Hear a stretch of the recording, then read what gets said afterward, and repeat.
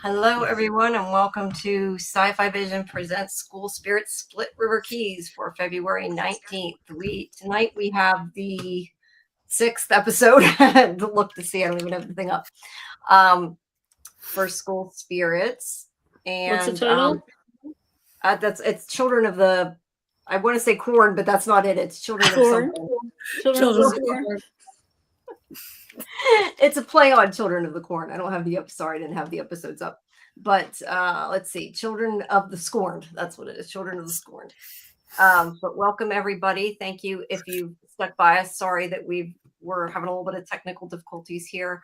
Yeah, I saw that, Dieter. That really sucks. Eric Dane passed away. That was another thing. So many celebrities lately, right? I know. A lot of news on that. B says there's a bad echo. Is there still an echo? I don't know. It sounds okay on my end. Do you hear an echo, Scarlet? I don't hear echo. Do you hear echo when I'm talking? No, you sound okay to me. Jen sounds fine. I mean, I know you're the one on a different system, but you sound fine to me. I don't hear an echo, so I don't know. Let us know if you keep hearing it, B. I don't know. And everybody else, let us know if you're hearing okay or you're all having the issue. But echo, yeah. No, hopefully we aren't echoing. But anyway, as I was saying, welcome everybody. Thank you if you're joining us. We have is there 10 episodes or 8? I think I asked this last week. There should be 8. There should be 8. 8. That kind of stinks. We only have 2 left, so we're pretty far along. But yeah, we will do episode 6 tonight. But thank you if you're here. Please make sure you like the video, hype it if you can, subscribe to SciFi Vision, and it's always appreciated. And yeah. So, Scarlet, why don't you go first? What did you think of the episode? This episode had a lot going on. I have so many theories. I know. I want to hear them. I didn't get to read them all, but I'm like thinking maybe it's better to save it for the live too. Then I'm gonna save it for the last part. But it was action packed, and I really enjoyed it. It gave us a lot of lore. Yeah, from down below. That's true too. I really liked it too. I like that the story's really moving along far, but I didn't like that it was over. It's got to move along. No, but I mean it was moving along before, but I mean it got to the end and I'm like, no, don't end it. No, so it had a crazy ending. And I know, Jen, you haven't seen all of it yet, but what did you think about the part that you did see so far? I wound up watching the first about, I'd say 35 minutes of it, and then I had to run. But there was a lot going on. Like you said, it was really action-packed. I feel like every episode this season, more and more has been going on. It's not really dragged out. But when I left, I was like, oh, I got to find out what's going on. So that's like the intensity and the intrigue has been building, especially with this episode. And I mean, if you felt like that by the end, and I felt that way halfway through, I mean, I can't wait to finish the episode. So I have it in the background playing. So hopefully I can kind of catch it on TV in the background. For it. I was going to say Scarlet has a lot of theories. I have some theories. I don't know whether our theories match up. We'll find out. Ooh, excuse me. Yeah, B says there was a lot that was going on. There was so much. We'll go like we normally do in order and try to not talk about the end until we get to the end. So that way, hopefully, you'll have caught up by then. Or if you don't want to hear us talk about the end, you can disconnect. Whatever you want to do. But so hopefully we'll try not to spoil you. All right, let's see. So this episode is mostly, I mean, not mostly, but it centers around Kyle. I feel like a lot of it, since it's about finding who hijacked his body. Yeah, I mean, Scarlet, you've been having all different theories of who took. Now, did you see yet who it was, Jen? Before I said, did you? You can go ahead and ruin it for me. Let her finish. It's okay.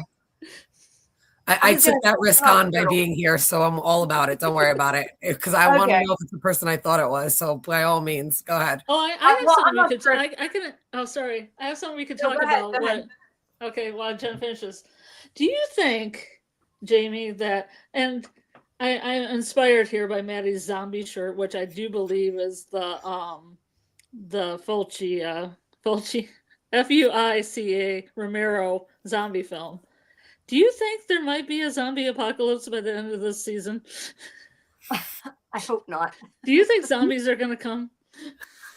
Well, I mean, kind of they sort of are if they're body hopping a little bit. I feel like because they're kind of dead but kind of not dead. So Because I was thinking that Maddie like wore that Carrie shirt and then she got sprayed with blood and then she's got the zombie shirt and I'm like, is this kind of foreshadowing a plot point that's going to happen?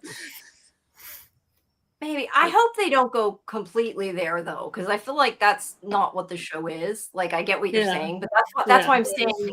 Could you consider what it is now, though, sort of a zombie because it's like a dead person in a live person's body? So I could kind of see that as being a form of a zombie now, and that it could be referencing that.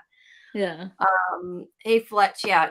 Who else we got? Kimberly B, Dieter, Fletcher. I was making sure I got everybody. I think I got everybody. If I missed you, sorry. I think I got everybody. But Kimberly, I think I said that. But hi, everybody. Welcome. Yeah, I was as I was getting ready to say, I don't know that talking about who it is really actually going to spoil her anyway, because it's not like it's a person that you're going to know the moment you see it. So it's yeah. Is it somebody that we haven't seen yet? Like it's been like a background character that we kind of really didn't pay attention to? Because that's what I was thinking, but I don't know who it would be, even if I thought that. That's just where I was going with it. Yeah. Well, you'll see. Okay. But yeah, I don't think us talking about it is really gonna spoil it, because I've just been, at least in my notes, I just called him Kyle in quotation marks anyway. So it's like, we don't know until near the end exactly who it is. But we all have an idea, Jamie. Yes, we have an idea, but I think idea going in. But I think Jenn more meant like, who is it, like a live person we meant? Isn't that what you meant? Like somebody we know? That's what I meant. If it's a live somebody that we've seen already. Right. Right. Like another teacher or something, or somebody in the hospital. Yeah, this is what Kyle looks like. You'll see what Kyle looks like finally. Thank you, Dieter. I appreciate it so much. Thank you so much, Dieter. It's always appreciated. Yeah, I don't know, Scarlet. I just wanted to ask you, I mean, you had all kinds of theories of who it was going to be. Were you disappointed that it wasn't one of the things you thought? Well, what I thought when I talked to in our group chat, because you guys kind of like watch it a little later because I watched it a couple times, is I had this whole theory last week that it was going to be like this J&L supportive development company was going to be Jeff Lehman, who is Claire's stepdad, and Kyle Henson, which would be the J in it, that would be Livia's stepdad, because Livia has a stepdad that's always mentioned, but we never see him. And I thought, oh, it's going to be Kyle. But now Kyle is a dairy mogul, so he's doing cow stuff, I guess. I mean, not that he can't also, I mean, if he's like a really shrewd businessman, he couldn't have his finger also in the J&L supporting development. But that was kind of disappointing to me, but it only made me feel like he needed a dairy and a farm just so we could have a corn maze. Yeah, maybe. That's true. But no, I kind of agree with you, and going back sort of to what Jenn was saying, like I expected us to know who Kyle was as somebody we had seen before, as opposed to being like a different actor. Yeah, because like last week I thought it might be Claire's stepdad. Yeah. Yeah, but it wasn't, because I looked up his name and his name's Jeff Lehman. I didn't think they would introduce somebody new this late into the season, because I knew we were already at episode 6. So I was just assuming, based on that presumption, that it would be somebody that we had seen before. I was even thinking, like, I even went back to episode 1 of season 2 when we saw Xavier in the hospital, and I'm like looking around for like any attendants or who could that be, or even somebody that looked like it was a ghost sitting with the other ghost but wasn't, but actually was real, which we wouldn't be able to tell. But I was like marking each one of them. That's kind of the research I did over this week waiting. But then again, because of other personal reasons, I wasn't able to watch the entire episode. So like now I'm like dying to know, and the fact that you guys know is like killing me inside. I'm like, I gotta know. Spoil it for you. I don't want you to be spoiled. But yeah, it wasn't what I expected. But I wasn't satisfied with the way it went. A different kind of reveal maybe would have been a little better, but I still liked it. Well, the thing about Kyle with me is I thought they were going to use another actor to play older. Ooh, now I'm really intrigued. Oh my God. Let's see. I was going to say, does it? Well, he would be like 20 years older, so I thought, they're going to get another actor, so it could be a lot of other people. So I wouldn't be looking at somebody that looks like our, young Kyle with a beard. I was going to say, I don't even know. I was going to look to see what the name of the actor is. That's Ari's the younger one, so that's going to be the regular. I was even looking back. It's the same guy. Remember the carnival scene that we saw not so long ago when they were all in like the carnival? I went back to there because I felt like the people around Xavier were really kind of weird. And there was one guy that was like kind of really into the girl that was, Yeah. So I was like, it's got to be him. I know we don't know him. That was the only one-off character that I thought it was him. And I think I mentioned in the last live stream, like the guy sitting next to Xavier is like so into the show. He like kind of freaks me out. So that was like my last resort. I'm like, maybe that first reaction was him. So, I mean, I still don't know who it is, but I mean, I don't know. Did you ladies see him in any other scenes in this season so far? Or is it like completely brand new? I don't know, because I didn't realize if Scarlet's right. Hold on. I'm looking for the cast to look for old photos because I can see the person that plays him, but I need the actor with a beard, Jamie. That's what I mean. I didn't realize it's if it like was a beard on him. It's called acting, Jamie. He's an actor, genius. Yes, I'm aware. I didn't realize that. That is funny. If it really, I'm just trying to see if they have here in the other pictures where he's at, but I don't see him in the damn pictures from before. I was trying to see one from before. No. I am not cheating. Oh, wait, here it is. Yeah, it is. You're right, Scarlet. You're 100% right. I'm sorry. I really didn't realize it was him. I guess I'm dumb because I didn't. He's a great actor then, obviously. Yeah, clearly. But it made him look older. Yeah. But yeah, I didn't realize it. I really didn't. And B saying I suspected who it was that took Kyle's body, and I was right, but I don't remember seeing Kevin's older body in the scene. Kyle, I assume you mean Kyle. Yeah. Kyle's older body in the scene. Yeah, I don't think we did. We never saw Kyle with a beard running around in the we didn't see Kyle with a beard. Yeah. Which is disappointing. I wish it was, like Jen said. I wish that would have been not a new. It's not a new character because it's the same Kyle with a beard, but Yeah. No, it was somebody we knew, like Claire's stepdad or somebody that was known. Yeah, or even she suspected the right person and she got it right. Yeah, but it's still the same actor. So but I don't know. I'm not, like I said, I don't know that I'm disappointed it was the same actor. It was okay. It was. I just would have liked a different, like I was saying, a different kind of reveal maybe could have been cooler, but it maybe didn't fit the story. That's a close up of him there. Like maybe he was doing something at the Harvest Festival. But I mean, it might be too much because I'd be like, that looks like the younger Kyle with a beard. Yeah, that's true. But for all we know, he could have been in one of the background scenes. And if we go back later, we'll see it. He's in all the background scenes. Probably. We'll go look and find out. So a lot of this is about him being, at the beginning, is about him being frustrated about the person having taken his body. And right now they say that Kyle, his name was Casey Jensen, Kyle, that he's, like we said, a dairy mogul. So he's got money. I don't know. I mean, I'm guessing Kyle didn't before, unless his father did or his mother did or whatever, and he got it from his parents. I'm assuming that maybe he made it. He was supposed to be, I think, a shrewd businessman, or they say something about that. So I assume he's made it since then.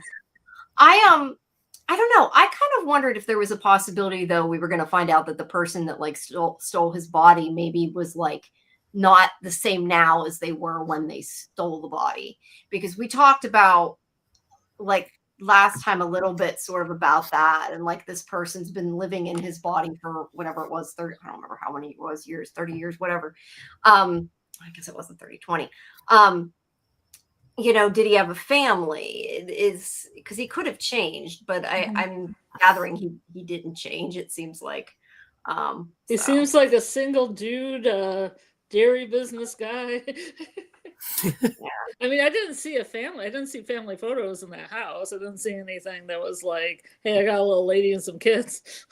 Yeah, it showed him. That's probably convenient. Yeah, that was about it. We saw a picture of Kyle as a kid, and that was about the extent of it, I think, in the house.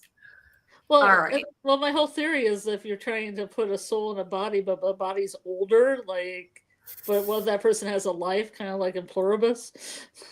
Oh yeah. So how would they would wake up, they would have their body back, but they would have a completely different life that they didn't create for like 20 years. Yeah, I Right. assume he'll just I'm assuming he's eventually going to get back in his body. At least that's my guess. I don't know, but I think so too. yeah, I think he'll just have had lost time. I think he's going to be, the age he is. Yeah, it'd be like, great, now I'm middle aged. Didn't have any Yeah. time in between. As a teenager, now I'm middle aged. Yeah. Yeah. Really I wonder if, because it's a different soul, they wouldn't be able to keep any of the memories. So you wouldn't even know how those 20 years went by, right? You have no clue. Just step into a new body, new life, and maybe not even be able to remember how the body got that far, or why that body has that career or anything like that, right? Can't remember how to milk cows. Can't remember how to milk the cows and take care of the farm. No, but Maddie never remembered any of what Janet did in her body. So you're probably right.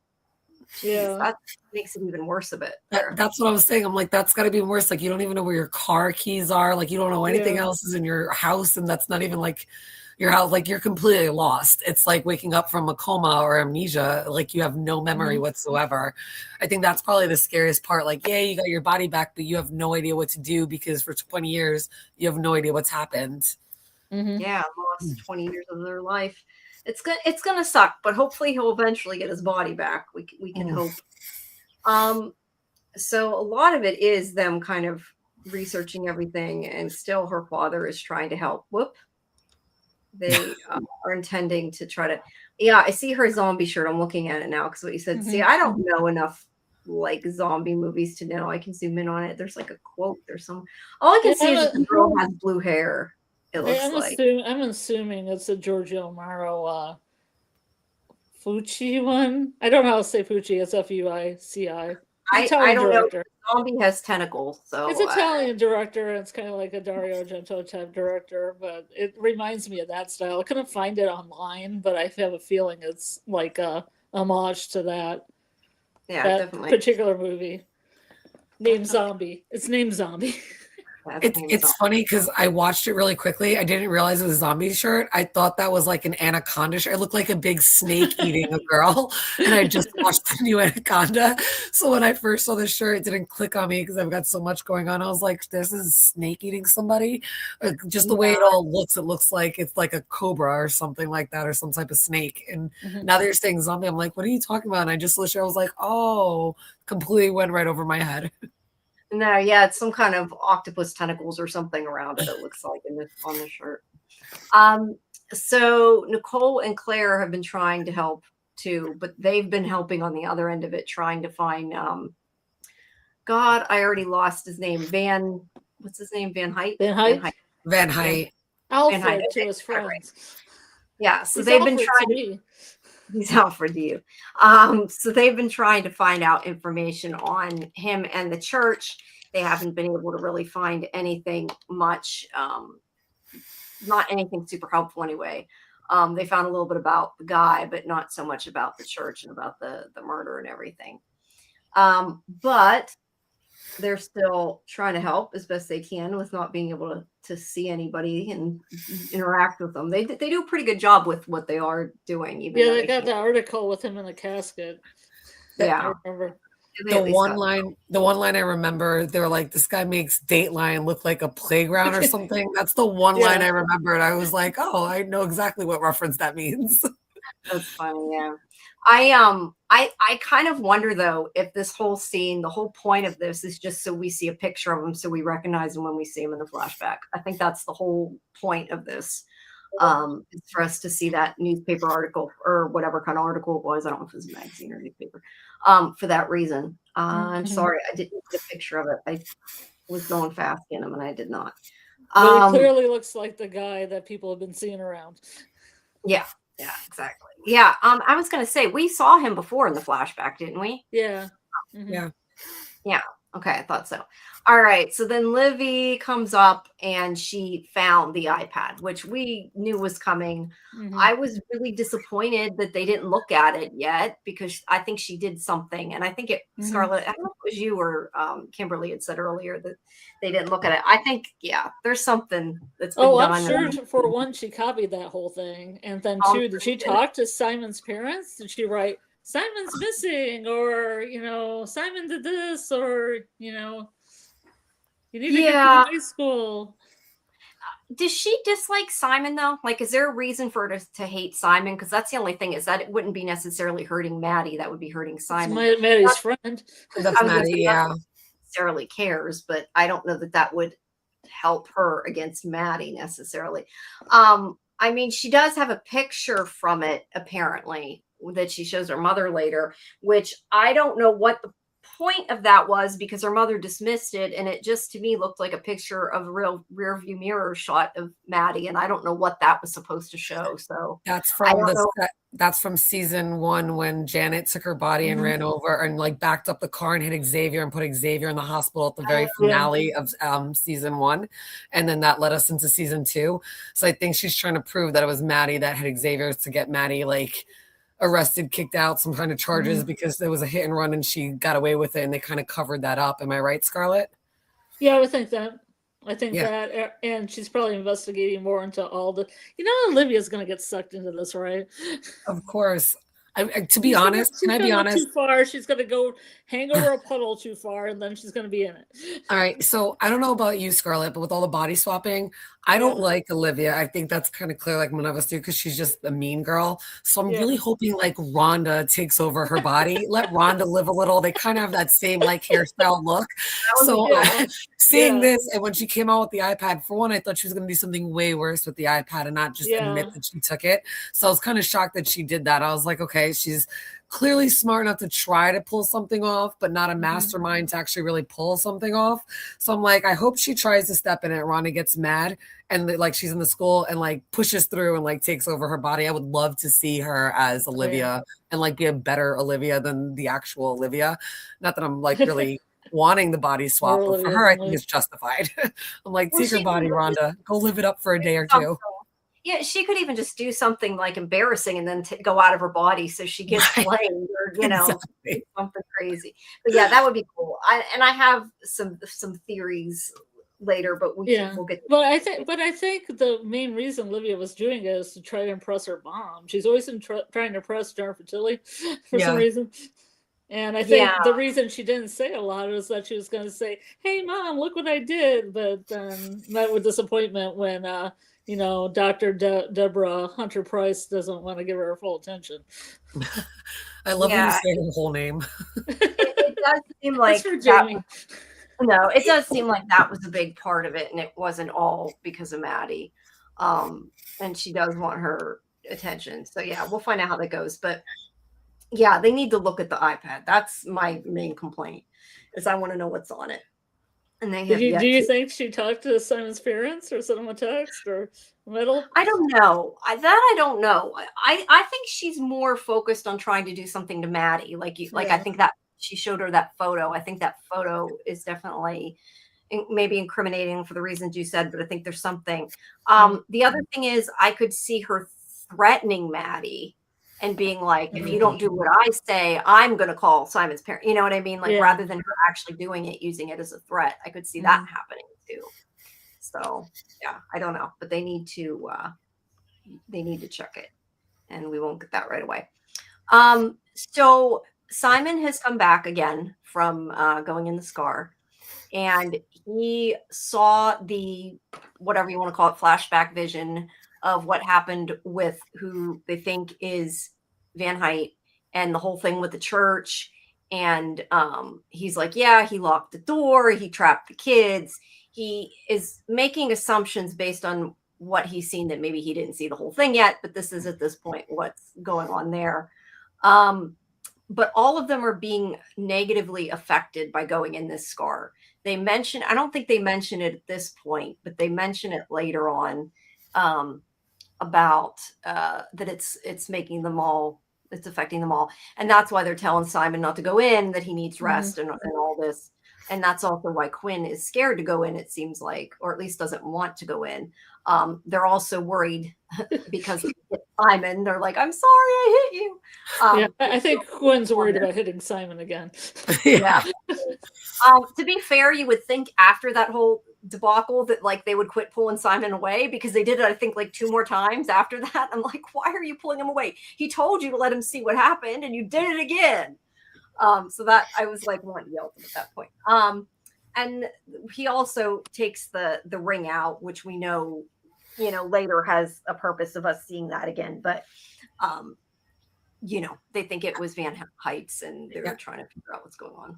I was really like shocked and surprised, but kind of almost not, that oh my God, I can't think of his name right now. That the teacher that was like the Janet's bad person that burned. I can't think of his name. What? Mr. Martin. Thank you. That Mr. Martin. I was really surprised that Mr. Martin was like, oh, Simon found this, considering that he was like hoarding all of the other like keys for all the other ghosts. I'm like, oh, he's actually on board now. It doesn't look like he has some alternative agenda. He kind of really felt like he was helping out in this episode, and I kind of like that. I was like, about time. I was like, maybe you realize this like involves all of you, especially if they're going to bulldoze over the school. So I like that they seem like they've forgiven him somewhat too. Yeah. Looking or listening to him. B had said it seems like Simon's parents would have been blowing up his phone big time right away. That's a good point. If she had told them, we would be hearing something about it probably in the episode. So it might be she's waiting to do something, or she added something.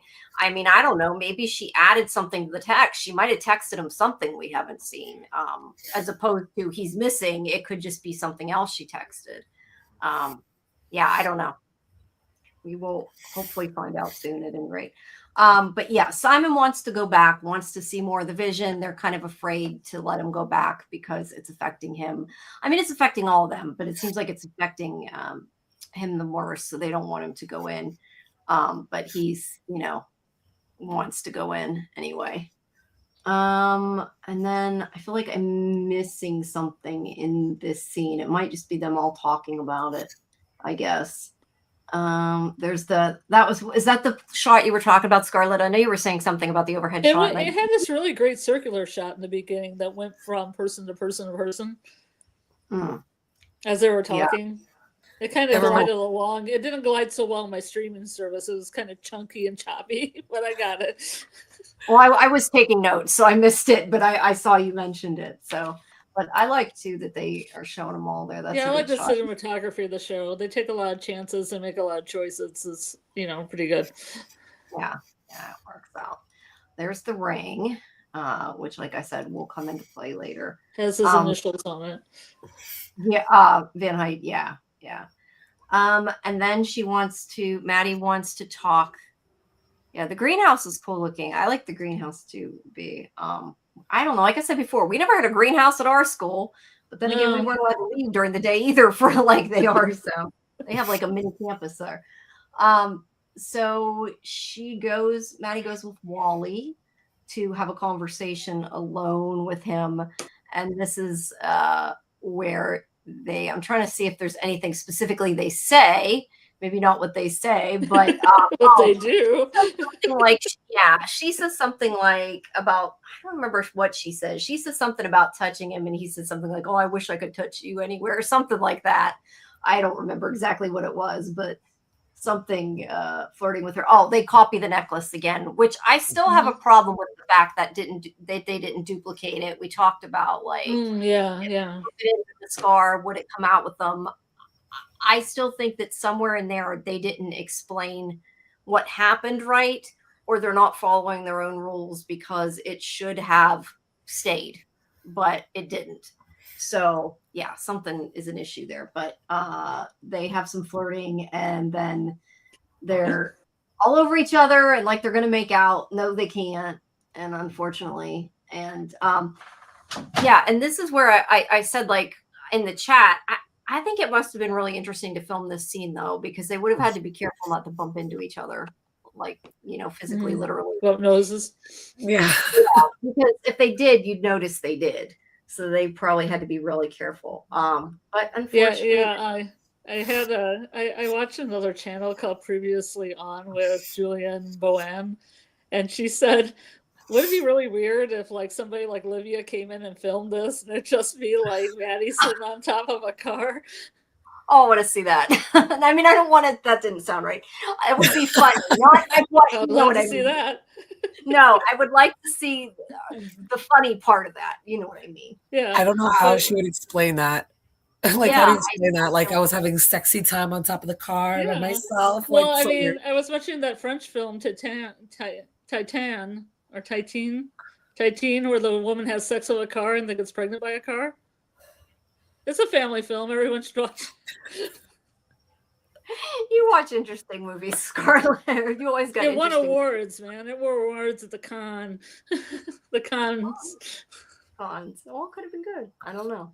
But no. But that's what it reminded me of. I was like, it'd just be a video of Maddie like, oh, the car. Yeah, that could be funny. It also could be really weird, which is why after I said that, I'm like, yeah, I actually thought this was kind of sexy when they were ordering each other around.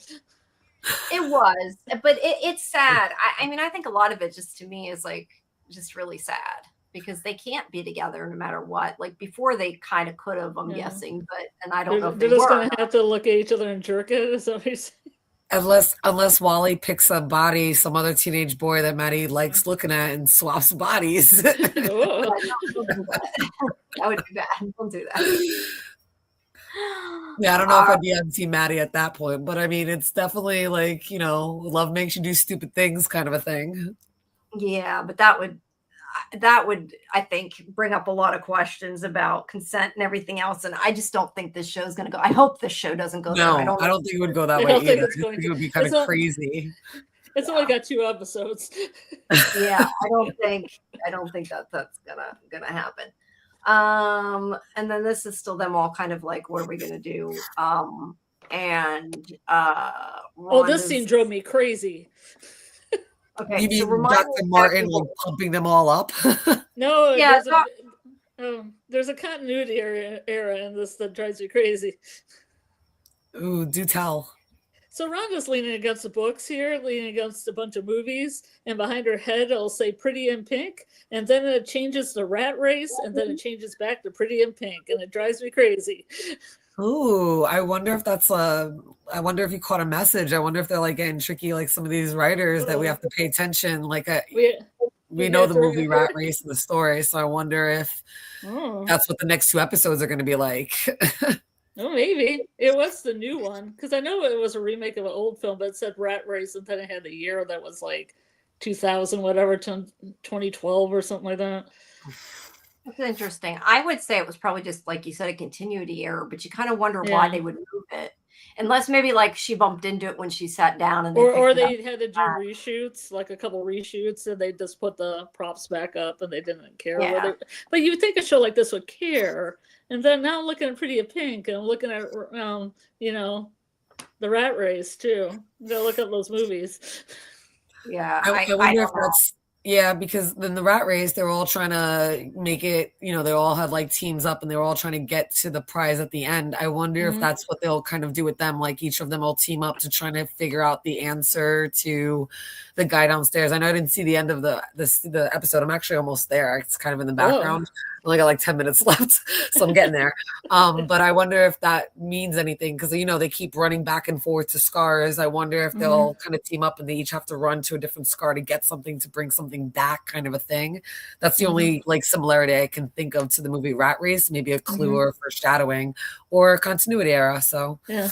Well, right now I'm thinking hidden subtext, so I'm writing that in my notes. Well, I guess we'll see. I also thought it was interesting that Rhonda and Charlie are in one area and Quinn and Yuri are in the other area instead of being couple and couple. Oh, yeah.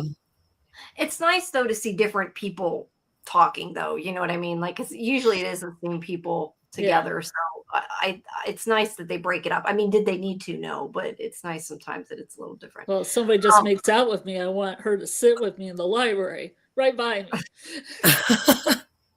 Because we just made out. Well, maybe one of them's avoiding the other one.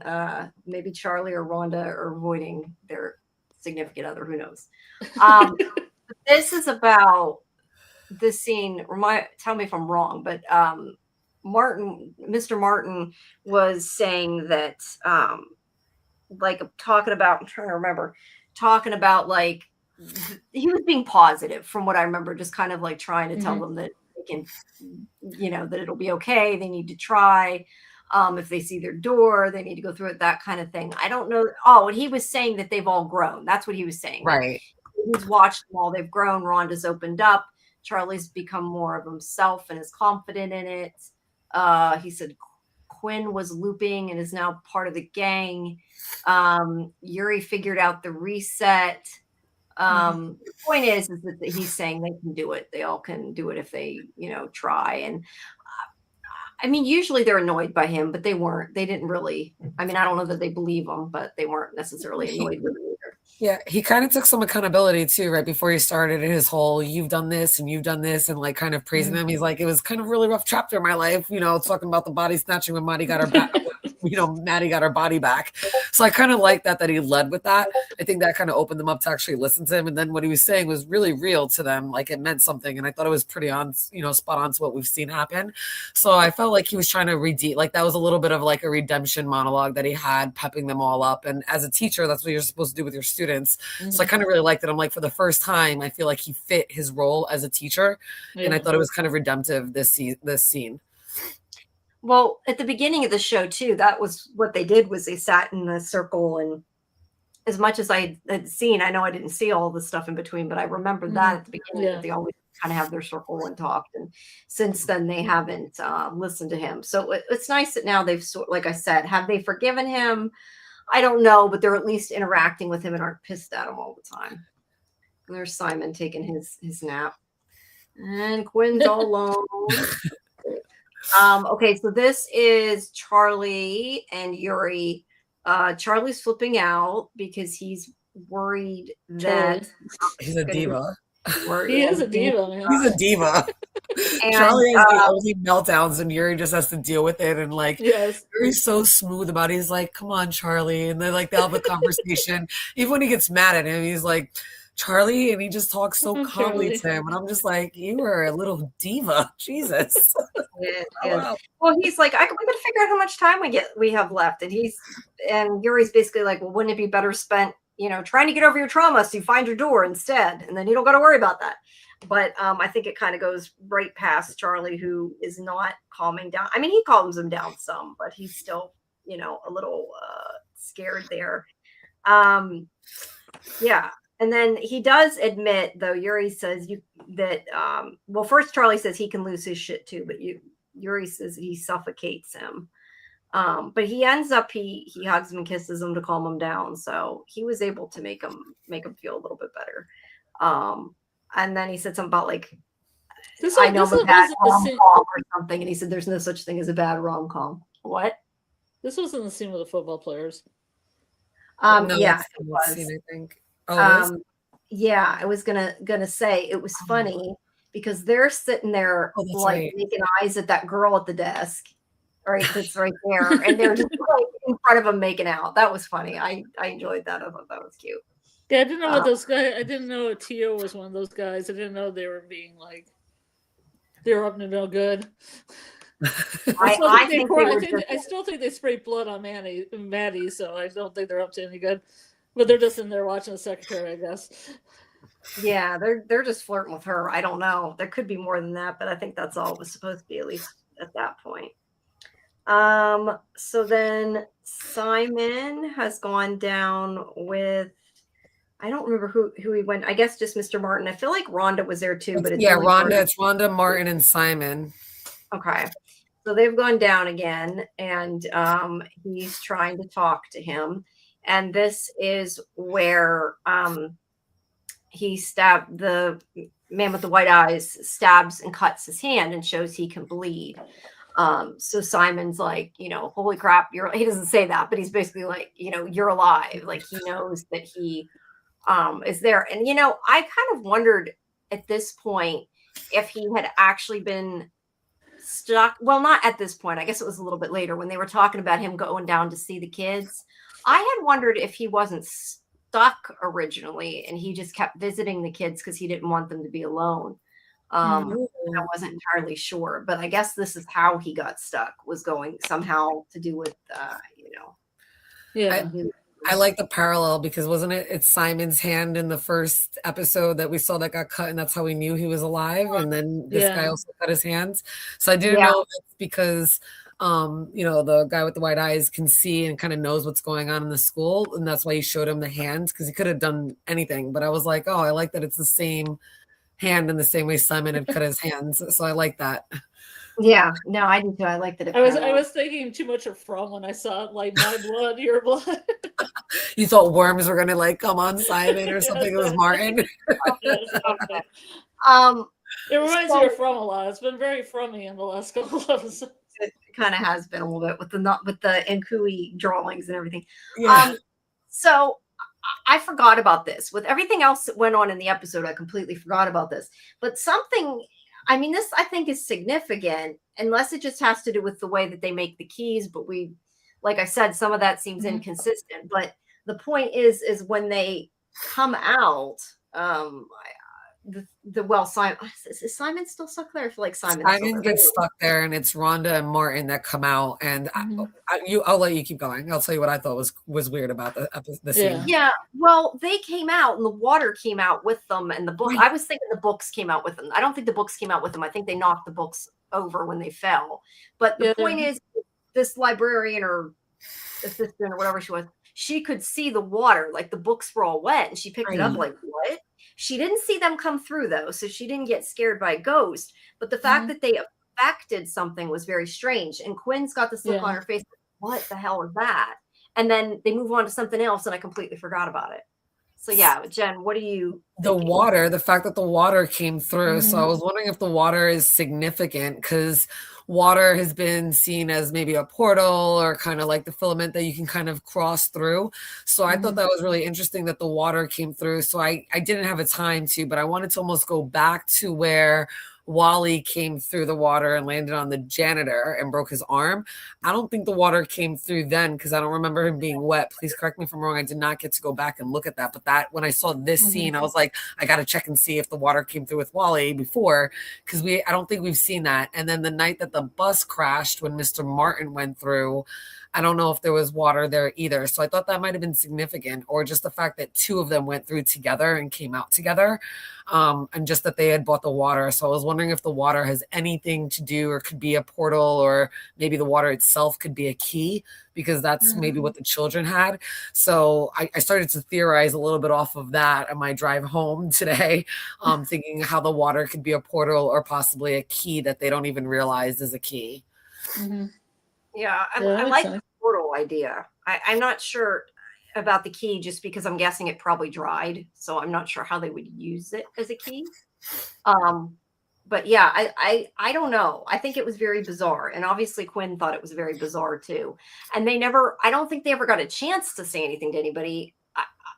Maybe I'm wrong and I'm forgetting, but they don't say anything to anybody is the important part of, I guess, of that. So whatever it wasn't talked about. And I wish that they would say something, because it was clearly important, whatever happened. So yeah, I kind of think it would be interesting, even if maybe somehow they could use the water to go. Well, I guess they still got to take their door though. So I don't know that it would help the kids other than that, because they still need their door. So I'm not sure that would really. Did either of you guys think about the fact that when Mr. Martin first went through the water way back, like a decade ago, when Quinn passed away, that he came out in the bus stop area, and now we've seen Wally and Rhonda and Martin go through it again, the water, on 2 different episodes, but they wound up in the library. So I'm kind of curious to find out what makes them land like either outside by the bus stop or in the library. Is there a different water puddle that they're falling through? Was it the same? I thought it was the same one, but they've wound up now in 2 different spots over time. So I thought that was kind of interesting. I can't place that. Have you thought about that at all, Scarlet or Jamie? I do think the library has to have a significance. I just don't know what it is. But yeah, it is strange they keep coming out in the library, especially when he didn't. I agree with that. I don't know. What do you think about it, Scarlet? Do you have any ideas? Didn't Mr. Martin make a map of of the scars and things. I don't know if he That was made a map of. season 2. Yeah, Janet made a map, I think, and they found it, and they kind of realized where the map was like an overlay. If they can put it on top of the school, that was the overlay. I think it was Janet's map, and then Mr. Morin had found it. I do remember that from season 2, but I'm not sure how it plays into here. Do tell. Yeah, and no, I just wanted to know that maybe he like had experienced the Saint Hellhole or whatever before and put it in the map, because I haven't really taken a good look at the map, or Janet, you know. Yeah, that part I don't know. I don't think at the time though had they even talked about him coming out in the outside world though, because he told them that this season. So I have to assume he didn't put it on the map. Well, yeah, he didn't tell them. I thought maybe it was secretly on the map if I looked at the actual map. Maybe, but I'm just saying since he didn't. It might be a little water puddle. I'll be like, oh yeah, it goes. Water puddle goes out the library. Maybe I guess under certain circumstances. Yeah. It was interesting this librarian got to see them though, because I thought it was only Mr. South. Yeah, well, the librarian didn't see him. She just saw the water. Right. Yeah. Well, she heard the cart tip over. I think a cart tipped over, and then I thought that was too. She didn't see them. So yeah, my question is, did she not see them because she wasn't there at that moment? Yeah, she didn't get there in time. The aftermath, like it fell over, or is there a reason she didn't see them? I think it's more likely just she wasn't standing there when it happened. I think it's only like 2 seconds or something. So I can see them before it goes. Yeah, that's kind of what I think. Yeah, no, I agree. I think the water could be a key, like anything else. The key for the children, because that's how they passed away. Yeah, I don't know how they'd use it, but I think that could be cool. I don't know. Water does. You can use water for so many things, Jamie. No, I know, but I mean, like, if the water doesn't stay there, how can they take it with them to use as a key? You know what I mean? Like, glass. I don't know. I wonder if the fact that they keep falling into the library when Mr. Martin had fallen outside at the bus stop, that, obviously caused Quinn's death in the band.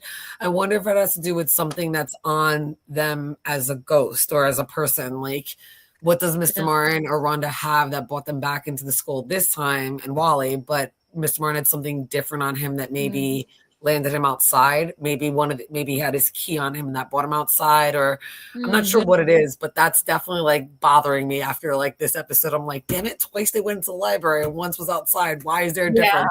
And it was more than one person too that went into the library. So that's a good question. Hey Trey, welcome. Maybe it has to do with the Stillwater map that's in the library, or versus the band, where the band came out the other time when Mr. Martin came out. Maybe. Basis, didn't Mr. Martin mention that he had come out elsewhere and they don't know what that means? Yeah, I think. But up until this point, they had only come out once in the library, so we weren't really as focused on it. I think, right? Because this is only the second time, isn't it, that they've shot out there? Or am I wrong?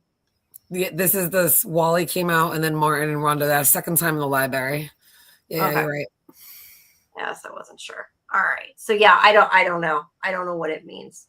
But this is where he's trying to find out more, and I don't know which person it is, but I was too far behind, I guess, with the blood. But yeah, one of them grabs him again, and that's why I said, like, after he got mad that Quinn hit him the first time, I don't understand why they're pulling him away from the guy with the white eyes when he's like, I want to hear what he has to say. Yeah, so that's what irritated me a little bit. And Wally was there. Wally and Martin were there the first time when he got pulled away. So I don't know why they did it again. That's kind of right after this scene is kind of where I stopped, right when the next scene we're going to get to when they're back in the hospital. That's kind of where I stopped it. And I'm watching it now kind of with half an ear. But this is kind of where I got to before I had to turn everything off when I was like 100% focused. So from here on out, I'm kind of half an ear playing along and seeing what's going on. That's fine. This is just them talking about how it's affecting them. It's upsetting all of them going into this scar. So that's the other question too. Like, why is it different? Is it because so many people died? I mean, it's not just like one person died there, right? Like all the kids died there. So I don't know if that's causing it, or if maybe the man with the white eyes being there and not being dead, if it's like making something different. I don't know. It's just interesting that this scar affects them all so much. I don't know if there's a point, but it's interesting at any rate, even if I don't know why. All right. So then we have Maddie and Xavier going to the town meeting to try to find out about the demolition. Was that last scene when Charlie said my favorite thing in the whole episode? Since I don't know what that is, I don't know. But what did Charlie say? About birds, about the people that have birds as pets or psychopaths. Oh, I forgot about that. Yeah, I don't know when that was, but there was a quote about that. It's my favorite thing because it reminded me of Misty in Yellow Jackets, and Christina Ricci has also said that psychopaths own birds. Hey, a lot of people don't like birds. I don't know. I don't remember when it was, honestly, but yeah, I do remember him saying that. That was funny. I don't know. So yeah, they're going to the meeting for the town, trying to find out about the demolition, see if they can, I don't know, do something is what they're trying to do, but they don't know yet. And of course, why can I for the life of me not remember her damn name? And I know you keep making fun of it. Dr. Deborah Hunter Price. Hunter Price. I'm sorry. I keep saying Jennifer Tilly because that's all I can think. Hunter Price. I will try really hard. Or Deb. I thought I wrote it down. Call her Debbie. Deb. Okay. Yeah, Deb. I'm writing it down. I wrote it down before though. It didn't work. But I'm writing it down again. Call her Debbie Downer, because she's bringing the town down. Yeah, maybe that might help. I might remember that. But no, but I've actually been doing pretty good remembering the names of this show. And for whatever reason, her name just does not I don't stick know how with you me. cannot remember a name such like Dr. Deborah Hunter Price. No, it is. Especially because you keep saying it. You would think I'd remember, right? It's funny to say. Yeah. So she's trying to move the demolition up. She's using the excuse, the school's run down, there's all these dangers and blah, blah, blah. There's a sinkhole underneath. Mold. Yeah. Yeah, mold. She does say something like, we don't know what's underneath. And I think that obviously that was more like that. Like you're supposed to be like, oh, there is something underneath. She doesn't know that. Or but she says she that does, like maybe she does know. Maybe. But then why would she want to demolish it unless she's bad? I don't know why she would want to do that. But who knows? She don't seem to care about anybody else, so it's hard to tell. Meanwhile, Mr. I was going to call Mr. Martin, not Mr. Martin. Had his Hartman. Okay, Hartman is trying to not have that happen. He's like, you can't take him out in the middle of the school year, and you can't, he's coming up with all weird in the middle of the semester. This seems really odd. It does. And at least the one who's in charge of it, she's like, no, that's too expensive. We're not doing that. It's basically like the voice of reason. She's like, nope, don't care. Too much money. And then Deborah Hunter Price is saying, well, we have an anonymous benefactor who is going to take care of any problems we have. And that's when okay, see, now that I look at him up close, okay, I see that it's kind of weird. I didn't look, I guess, as close when I was watching on the TV. And I think it's because he reminds me of a different actor, or maybe I've seen with the beard. Yeah, or I've seen him with the beard in a different show, and like with the real beard, maybe that's why. Because if you look, you actually can kind of tell it's not a real beard. At least it doesn't look like it. I mean, it's like not the same color as his hair. Is that the guy? To be fair, a lot of men have different color beards. But I mean, I guess they could have had him, grow it in between, but it would be kind of hard for somebody to grow their beard, shave their beard, grow their beard, shave their beard. Yeah. So I'm sure they did that. They attached it. But yeah, it did not hit me. I don't know why, because now I feel stupid that it didn't. But no, I definitely didn't recognize him at that point, and I should have. Well, I didn't know he was going to be a dairy farmer. No, I didn't know that either. But I love this picture. He's like, cookie? No, he didn't really say that. But that's what I feel like. Like this would be a monster, cookie monster. No, but I mean, this looks like a meme picture. Like I want somebody needs to caption that, right? Something about yeah, people do have different color beards. Yeah, that's true. I know. I think it's interesting how like a lot of men have red beards that don't have red hair. Yeah, I have a friend of mine that has that. Like he's blonde, but his beard comes out red for some reason. Yeah, it's strange. Oh, Beehive says her husband's beard is gray, but has no gray hair or gray in his hair. Yeah, maybe it grays earlier too. Who knows? Oh. Weird genetics. You never know. Yeah. But at any rate, I think this is a glued-on beard, so I don't think it really matters. I think so too. So I don't think it matters. I disguise because I have to disguise myself. You know, though, what it does show that these kids are obviously not kids, and that he's a lot older than they're making him look. And I think that's why I didn't recognize him either, because they've done a good job making him look a lot younger. And it's like he went from, he jumped to his real age or whatever, and then he looks a lot different. Yes, well, thank you. He can't play 16 and 40. Yeah. Well, hey, he is, right? Yeah. Thank you. Make sure you guys like and subscribe. I'm so bad at that. I will remember when I see Dieter going, like and share, subscribe. Like, thank you. I forgot. Like the video, guys. If you can, hype it. And subscribe to SciFi Vision. And sharing is always good, too. Always helps. We need more people. Remember, guys. Whoops, sorry, what? Leave some comments.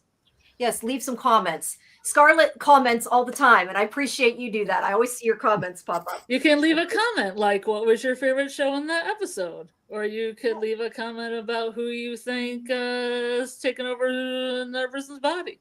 Yes, yeah, or that's good. How the White-Eyed Guy is really alive. Sorry. My favorite band was from a band called Car Seat Headrest?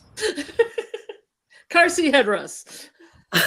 What was called Car Seat Headrest? That I missed. That's one of the bands in this episode. They did a really cool song at the end when they're walking underground, and it sounds kind of spooky and kind of spiritual, kind of spooky spiritual. Well, the songs in the episode were good, but it's a very strange name for a band. I will admit that. It is, but they had a bunch of them at the library, so now I'm going to get a bunch of their recordings. Yeah.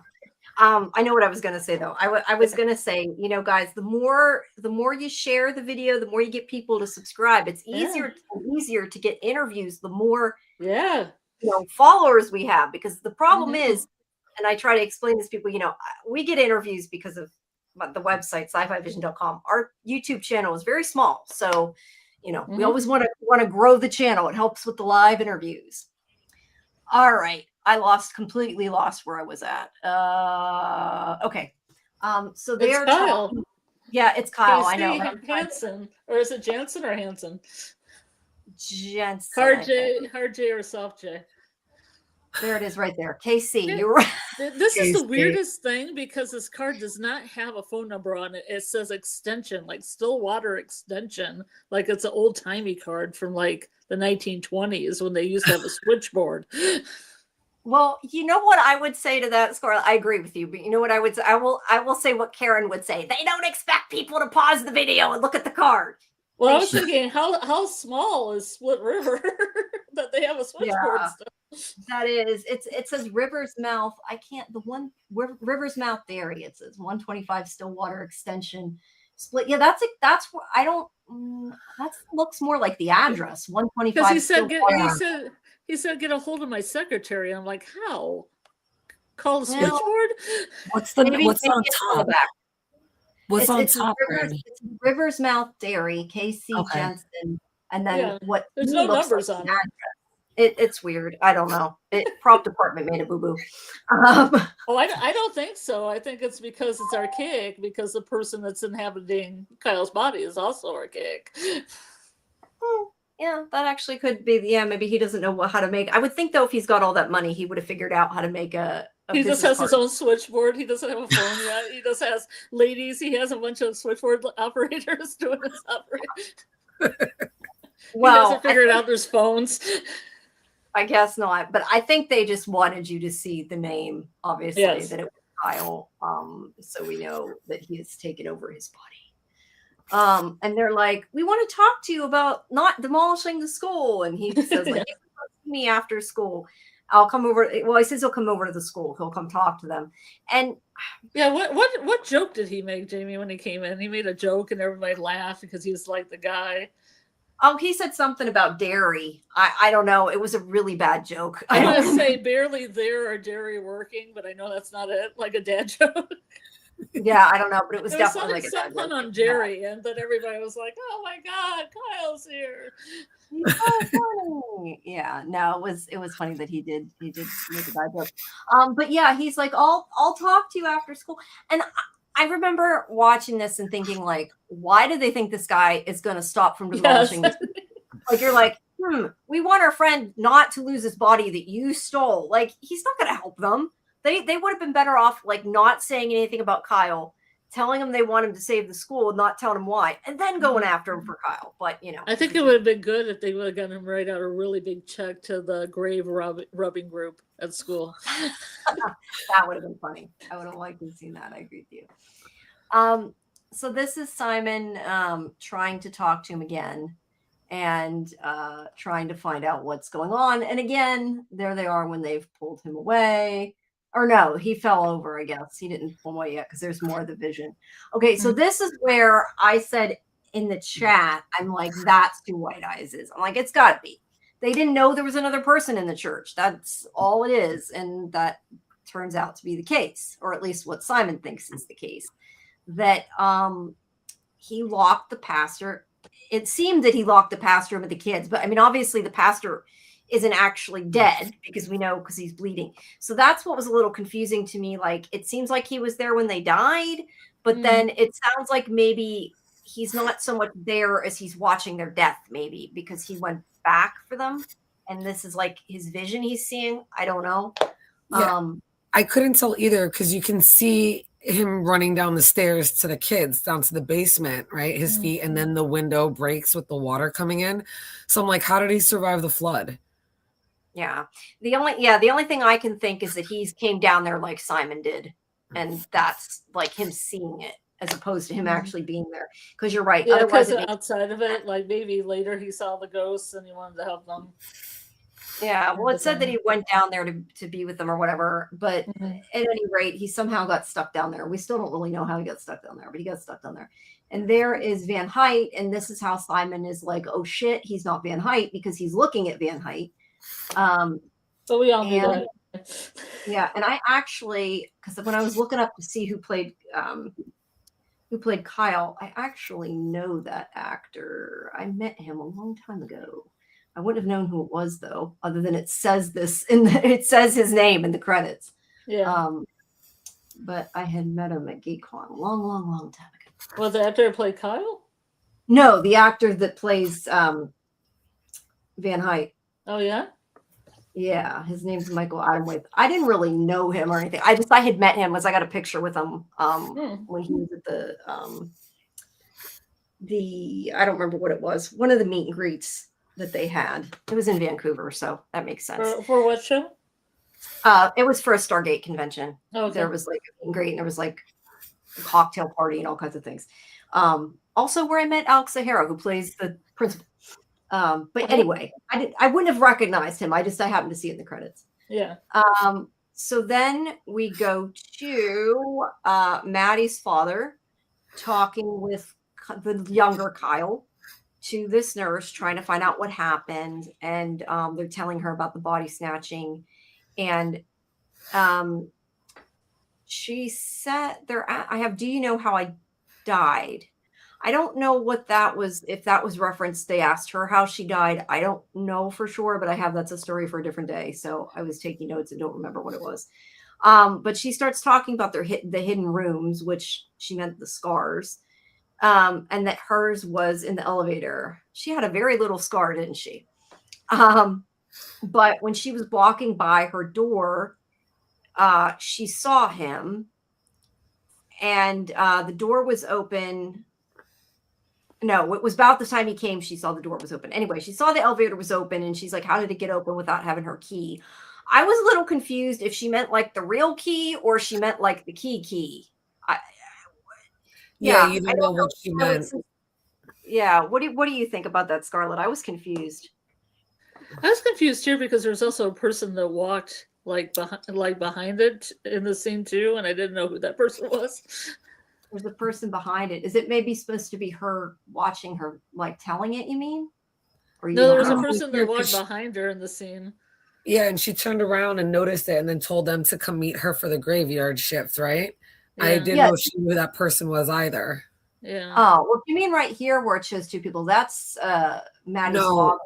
When she turns around and she's talking to them and she's talking about the doors, you see a person walk by behind her. And I know that Wally and Martin could see, or not Maddie's dad and Kyle could actually see the person that walked by, but she doesn't make reference to it. She kind of turns around and she's like, meet me at the graveyard shift, and doesn't acknowledge the person, but knows that somebody walked by.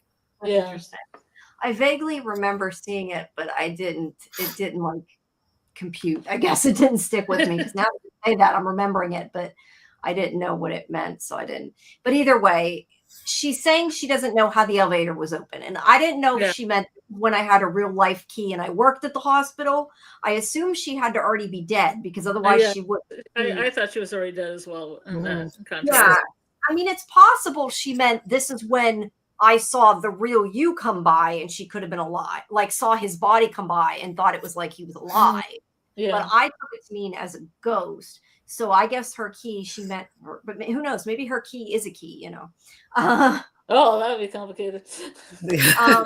Either way, she says that she wondered over the years how someone got from beyond their world to the elevator, but she never had proof that actually happened. But she could feel something dark, and now she knows that something got into her room on her watch, and that she's sorry that happened. Most likely Alfred. Yeah. That's what I was thinking, if it was Alfred. Yeah. And then this is where I have written down that her father says, how could they? They didn't have a key. And she says something about there's another way. Oh, I did write it down. Someone goes by. So yes, I did notice it. I just didn't remember it. And she said, meet me tonight during the graveyard shift and I will show you. There's Kyle. Okay. Do you guys have any predictions for what the other way might be? I assume maybe it's just going through the scars, like how they went through each other's scar to get to their scar. That was kind of my thought. Like you didn't have to have a key, right? At least from what I understand out of the show. Right. They walked from scar to scar. That was the whole point of the map from season 2. So that definitely could be the way. I was thinking that there might be a third way. I guess I kind of didn't put that connection together. I was like, oh, there's a third way. And there could be. You could be totally right. There's a really easy way. Yeah, there's probably something really easy that she hasn't told him. And then I'll be like, oh shit, we could have done that all along. Too bad. Yeah, that'd be funny. All right. So now Maddie is talking to herself in the boiler room. But Xavier comes in and I like this scene when he's like, tell me what they're saying. Yeah, exactly. Yeah, it's good comic timing, because you forget. Yeah. You forget that he can't see anybody. So he's like, yeah, and he's like, tell me. So this is where Simon's like, it isn't Van Height. This guy was the pastor. He was alive. He bleeds like me. And it's not the guy with white eyes. And he said the pastor could see the children after they died, just like how I could see Maddie. Something trapped him. I need to find out how he got trapped. If we figure out what lifts the veil, I can get out of here. And he wants to go back in again. And this is where Maddie's like, no, we're going to go talk to Kyle and try to stop the demolition. And there's like this whole argument because he doesn't want her to put herself in danger and she doesn't want him to put himself in danger. And they kind of argue about it. But they're both, in the end, Simon's like, we're both going to go because this is us. So they're kind of like, we might as well not argue because we're both going to do the opposite of what we're saying anyway, which I liked. I appreciated that. He's just like, let's just give up and go. So that was funny. I liked it too because I thought it was. I saw that while we were talking earlier, and I was like, "Oh, this is a real moment," because it's exactly what the audience is thinking. Like, they're about to go do it anyway. So I'm kind of glad that they kind of went with that for like the audience's sake, because that's kind of transparent. The kids are going to do exactly what they want to do, regardless of whatever warning somebody gives them or whoever gives that warning. Even if it's your closest friend, you're still going to go do what you want to do. Of course, but at least they've gotten to the point where they're not going to like argue about it. He's kind of like, there's no point in us fighting. We're both going to go. So let's just go. Yeah, but that they were also, I think I liked it. It was very emotional because you could tell they were both tearing up there. So I thought I liked that. We also have Mr. Martin here talking to Wally and like telling him, you have to tell them about the door and that you've seen. And he's like, I can't. And he's like, if you have it, you're allowed to go. He's like saying you shouldn't feel guilty if you want to take off. Like, you have a chance not to be stuck here like us. You need to go. And of course, Wally's like, I can't do that. I'm not going to do that. So that's what that whole conversation was. And now we have Claire and Nicole, which, it's funny because this is basically like the conversation that that Simon and Maddie just had, where they're after they go, they're like, "We're gonna fall behind them." Yeah, I was like, "We're not gonna listen, of course not." They're because Maddie and Xavier. I need a drink. Hold on. Maddie and Xavier are going to go see that Kyle because he never came to the school. They're going to make sure they get to talk to him, and they're like, "We don't want you to go alone." And I love. They're like, "What?" They say something like, "What's Xavier going to do, Brood?" or something like that. Was that what it was, Brood? I can't remember. I just remember there was a really cool shot in this one too, where like Claire was in the foreground and the other characters were behind her, and they were kind of focusing in and out. And I thought that was a good choice too. Yeah. Yeah, I know you said it earlier, but the cinematography in this show is excellent. They really get some really great angles and show you some the perspective they show you at really like brings a whole new light to the scene. Yeah. Especially with such a big cast too. They do a good job with it. B says it was Brood. Yeah, they Nicole or Claire, one of them said something like, "What good's Xavier? He's just gonna stand there and brood at the guy." I don't he's like, "I'm standing right here." But yeah, I don't think they're gonna help it. Yeah, he's like, "I'm standing right here." You're right. And then we go back to the hospital. Now I ran out of time and didn't get to look it up, but the song playing here is called Gethsemane. I think it's pronounced Gethsemane. That's from the car seat headrests, or whatever they're called. Oh, okay. I didn't know that. I just know that Gethsemane is also the name of the next File episode. And I was going to look up because I couldn't remember what it was about. It has to do with the Bible, but I just couldn't remember. It's the Garden of Gethsemane that Jesus goes to. The Garden of Gethsemane before Jesus is crucified. He goes there to pray. Yes. Oh, okay. As a person who isn't Christian. Yeah, I know that. Yeah. That's where went to Catholic school. While he's praying, that's where he's betrayed. Scarlet, please. I mean, I'm a Christian, but I can't remember correctly. But that's the garden where Jesus prays, and when he's praying, that's when he's denied 3 times by Peter. Correct? Yeah, I think so. Isn't he also tempted by Satan as well? Yeah. So I thought that was interesting. I wonder if that has anything to play into it. Yeah, it might. Yeah. That he's betrayed or just denied. So we'll see. I wonder if that has anything to do with Kyle getting denied from his body. Like I said, I kind of watched the last part of this with like half an ear because we're on the show, but yeah. It'd be interesting. I don't know, but sorry, I'm not Catholic. I didn't go to Bible school. I don't know. But I am Christian. I just want to make that point out. I just don't know it. What? I said it doesn't matter to me, Jenny. No, I know. I just said I am Christian because the way I said it made it sound like I wasn't. I'm like, putting that out there. I am a Christian. Okay. Anyway, we're getting up there. No, but I was just thinking of that drawing too. That had the guy with the cross and the guy with the horn. So there's a definitely Christian thing going on, and that would be in the Garden of Gethsemane too. It was also drawn in blood too. Yeah, the one we'll talk about later because we didn't get to that point, but it's drawn his blood.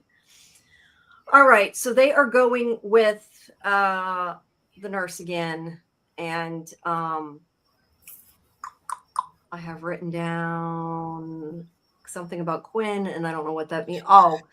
They're driving down, and I think it's Maddie says she has a bad feeling about going in there. Yeah, she's right to have that bad feeling. Yeah, I agree. She's right to have bad feeling. Simon is again watching the visions.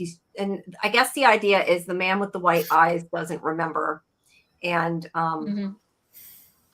him seeing it is helping him remember. Like they're watching it together. It reminds me of the movie Coco.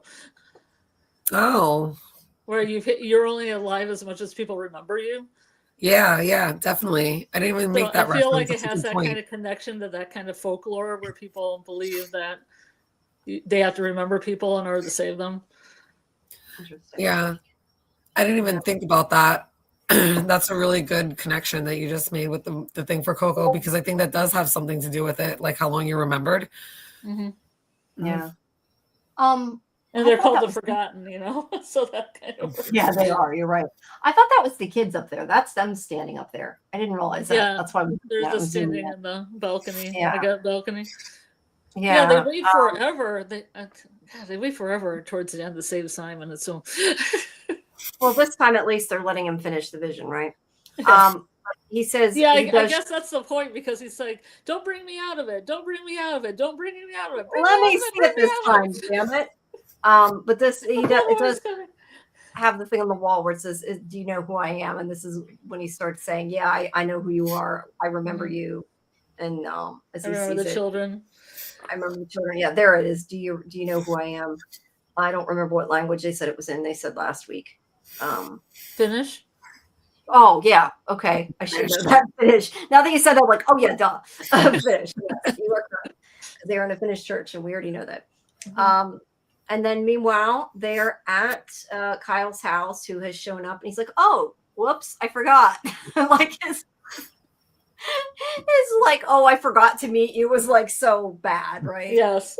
You know. Oh, And then he jokes I was around. He's busy like, I was milking with the cows. Yeah, he's like, I was with the ladies. By ladies, I mean cows. I'm like, oh, such a bad joke. He's playing that kind of character. Just milking some cows at night, you know. Nothing suspicious about that. Yeah, nothing suspicious at all. All right, so they sit down and they're going to talk to him, and then But his house looks so old, and there's so many antiques in it, and yeah, that's what they say about the antiques. And there's also a bunch of shotguns too. Yeah. Oh yeah. Yeah, Xavier eyeballs that gun case. He's like, okay, there's a bunch of guns here. Maybe Maddie's right about it being a little dangerous. And just, anybody watching, when you go to some stranger's house, if you're ever in this situation and they offer you tea or anything to drink, say no. No. You don't take shit from anybody. No. God, if my daughter ever watches this, do not drink from anybody's thing. No. See, that's what I have a theory that goes with that later about Xavier. Yeah, I definitely thought he was going to poison him or do something. I would agree with that. We'll wait. Let's wait till we get there, and then we'll talk about that. Okay. But I always forget when I have to wait, Jamie. I'll remind you. Okay, thanks. All right.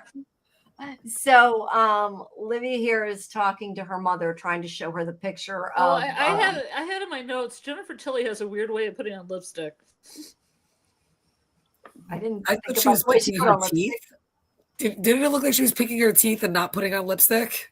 Yeah, it was weird because she definitely had lipstick, but there's a way she was putting it on. I was like, what is she doing? Probably just what she's doing. That's just what she looked like. It was so weird. Yeah, it was very bizarre. It was probably to be funny. Livy's she is a comedian. Yeah. Livy's trying to show her the picture of Maddie to blame Maddie for something, and she's like, "I don't care about Maddie. This isn't. We need to get the school taken care of. That doesn't matter." And she said, "Maddie is small potatoes," which I only pick up on since that's also an X-File title. It's also a quote in X-Files, but so she doesn't care about Maddie.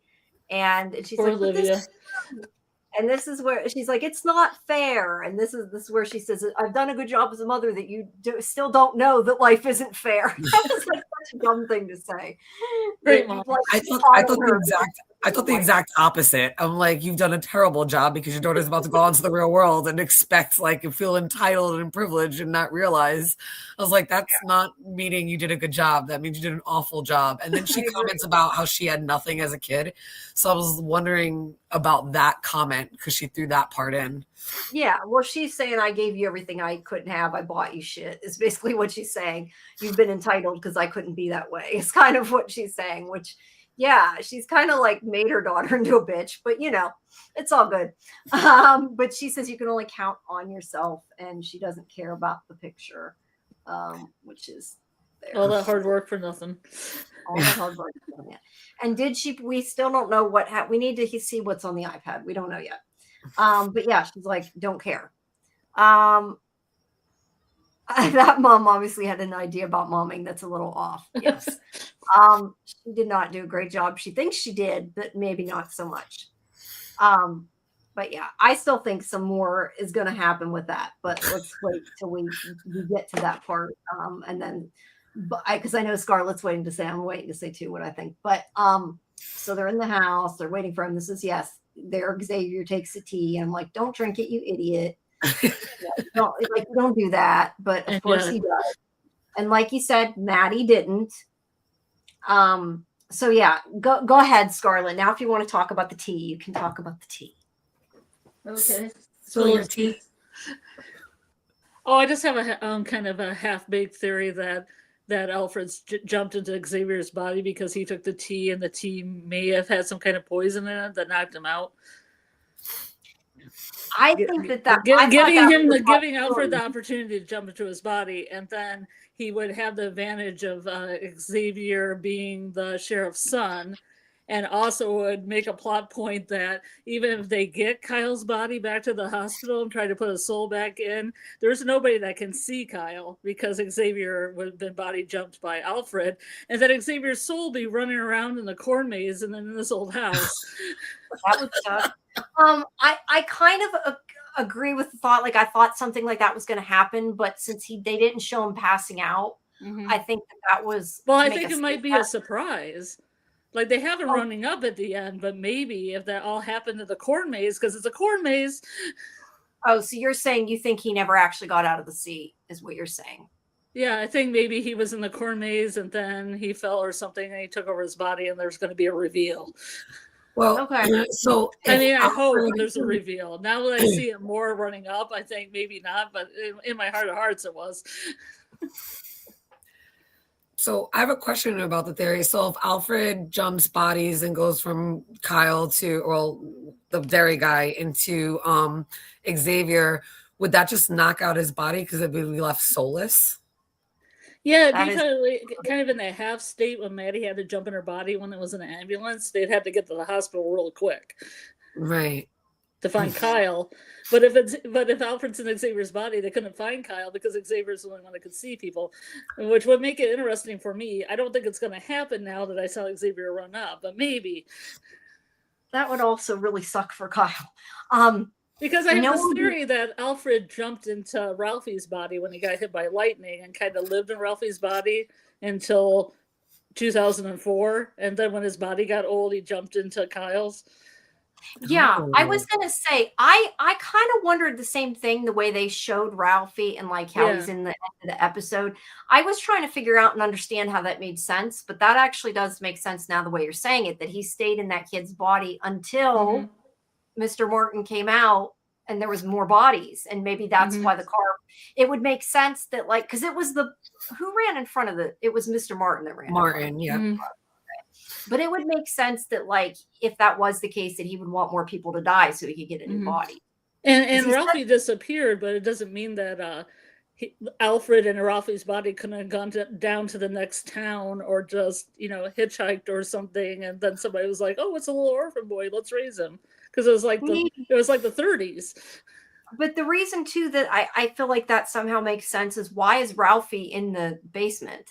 Yeah. Like, that part's what's confusing to me, which is what makes me think maybe you're right. Like, maybe anybody's, well, no, because Kyle's body isn't. So yeah, I don't know. There's something screwy around there that I don't quite understand. Well, Alfred jumped in his body, so his soul's like walking around in the area. Yeah, I don't know, but I do think it might have been implying he was in Ralphie for a while, but it wasn't explained, so I don't know. Yeah.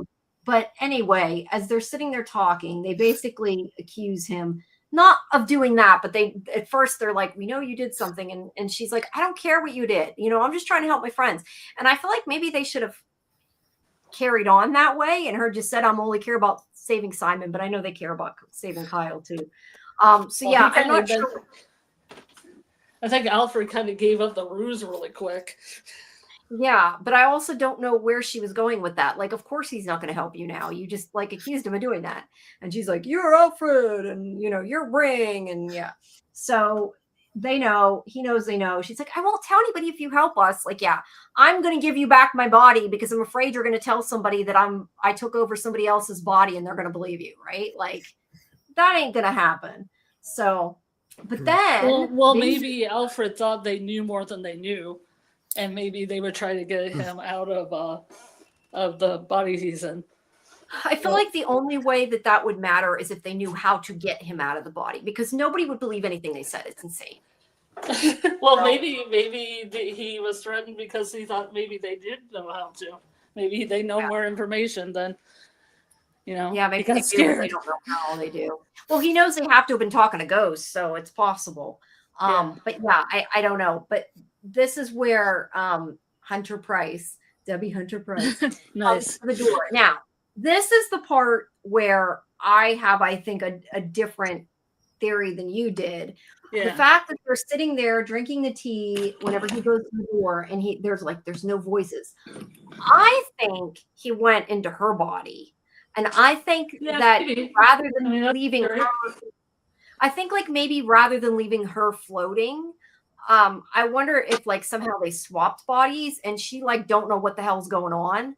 So she just like grabbed the gun, or maybe he grabbed the gun, because we don't actually see who took the gun. We just see there's a gun after, right?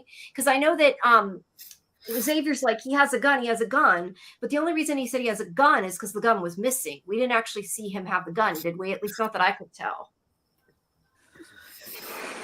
Well, he did because the cabinet was open. The Xavier's cabinet was open. I guess my point is I wondered if it's possible that they swapped bodies and like. But why would Jennifer Tilly freak out and run into the corn maze? She walked down calmly from the stairs, I thought. Oh. I didn't see her walk down. I was trying to take notes. Maybe I missed it then. I didn't see that. So I thought she walked down. That would make sense.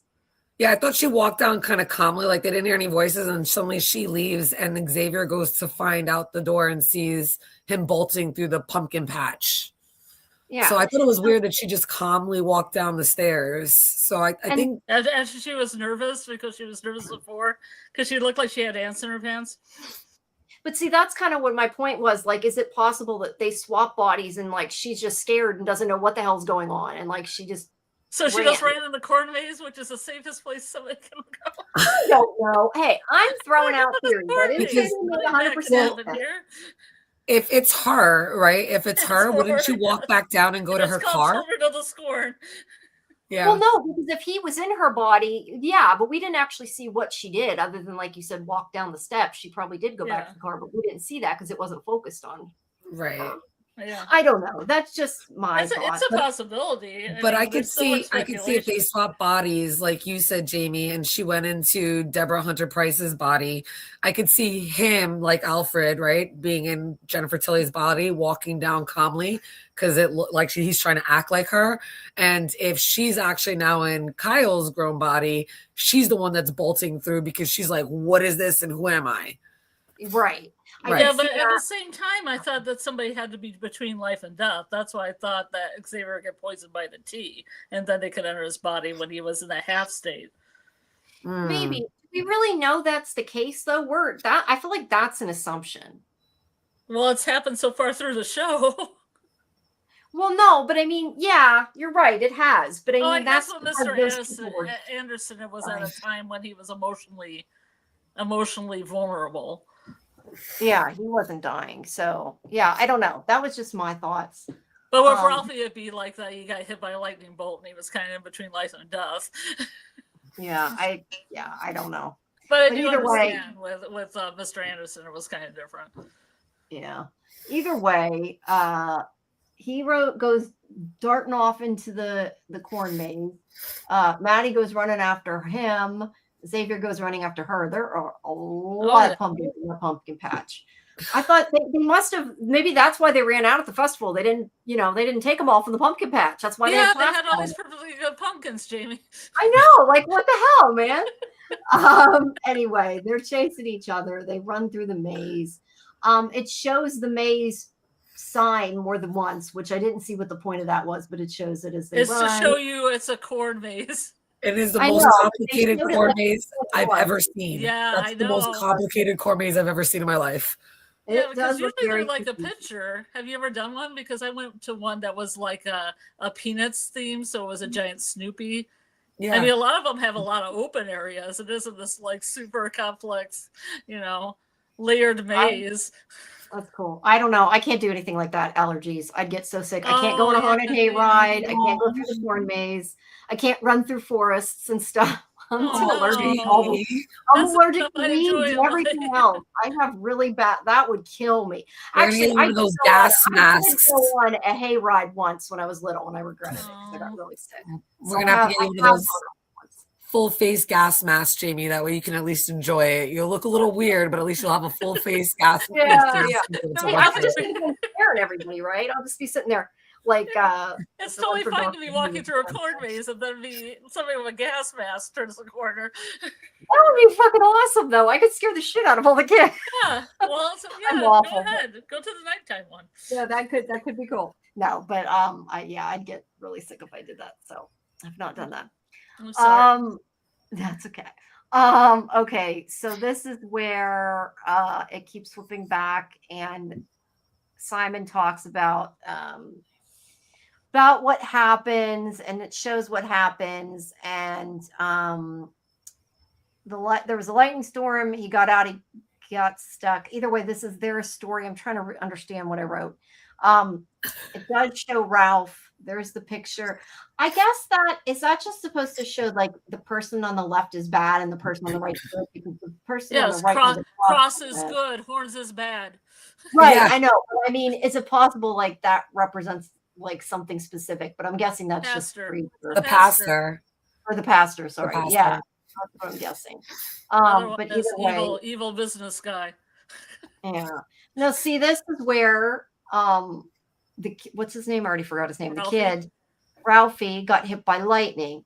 And see, I still don't completely understand this. So I guess Van Height was stuck. I guess the idea is Van Height was stuck in the basement with the pastor and the kids, or at least with the kids anyway. And then when the lightning storm came, he somehow went into Ralphie. And I guess that's also when he went into Kyle, because that was all at the same time, right? It was all no. In the 1930s. Yeah. That's right. Ralphie was to do with Mr. Martin. It's just that he told the story, and that's where my wires can cross. Okay, so he went into Ralphie. Interesting though that Mr. Martin was connected to both of them, right? So yeah, he probably went into Ralphie, and then whenever Mr. Martin came out later and the bus crashed or whatever, he somehow went into Kyle. I mean, I'm not limited to him jumping in other bodies. I just thought it made sense from what I saw. No, it does, and it's supposed to be their story. I mean, that obviously is Ralphie. I'm just a little confused. I guess how it's all connected. How he fits in. Yeah, because when Mr. Martin ended up in front of the bus, did he see Ralphie then? That's what I'm trying to remember. He saw Ralphie in the bus, I remember. Didn't one of them see Ralphie in the bus? I don't remember that. Like way early, the first time there was a bus thing, Ralphie was in the bus. Yeah, maybe he had gone into Ralphie, but maybe he didn't know. Well, Ralphie could have been mostly dead though. Maybe like he didn't know how to control it, so he was still stuck in the area. Who knows? I don't know. It's very confusing. Somebody saw him early on. Either way, Quinn saw him, but I don't know. I have to rewatch. Saw him, and I thought that was weird that he was around where the bus was. I don't think he was in the bus, but he was around where the bus was. Yeah, I'm very confused with that part. But all I know is he says this is his story. This is your story. This is their story. So this has something to do with the kids being trapped down there. Maybe it's to do with just the water. Like we talked about the water being a portal. So maybe it isn't so much the lightning as the storm. I don't know, but either way, it's somehow connected that I don't got to rewatch to find out. There's Ralphie. So well, somebody else that I watched, because I watched a few channels, said that they were theorizing that Ralphie was White Eyes, and I'm like, how is that? Yeah, I don't know. I'm very confused about the Ralphie thing. I feel like I got to rewatch it. But either way, he knows that this guy's stuck because he stayed with the kids. And let's see. He said that your own grief trapped you in here. You were so lost helping everyone else, you forgot. And he says, I remember the children. I remember what happened. I remember you. And then we see the water come in, and Simon and the thunder and everything. And they wait forever. They wait for the water to come, and then they're like, "Oh my God, Simon!" Yeah. Oh no, what are we gonna do? No. I mean, it's that moment when everybody's staring at the windows, and you know water's gonna come through them, yet nobody's doing anything or running or anything. I know. Well, Simon doesn't come out with them, so we don't know where Simon is. I'm hoping maybe they find out he's in his body. We don't know. If you go back to his body, that'd be very interesting. It would, but there's 2 episodes left, so there's 2 episodes left. You're right. Yeah, they come out, they're all wet. Everybody's there but Simon, so we don't still understand what's up with that. And then there's more running through the woods. Now, this is the other part that confused me, but I think this is supposed to confuse you. That Maddie starts seeing the red, the boiler room. Her vision lines. I call them Maddie's vision lines when there's the black lines on the screen. Yeah, you're right. I don't know if this was supposed to be more metaphorical. It was very, she's seeing that, and she sees Van Height, and he shuts the door. There he is there. And he shuts her in the office. And then she's sitting there in the middle of the corn maze holding it. Oh, they heard a gunshot, and she's holding, I don't have a picture of it. I thought I did. He shot his foot. It was really weird. He shot his foot. Mm-hmm. And then there's Kyle here. So I'm assuming when she says he's gone, it means Alfred's gone from Kyle, and Kyle's not dead because he only shot him in the foot. Yeah, but that's the thing. We didn't actually see what he shot. We saw Van Height shoot himself in the foot.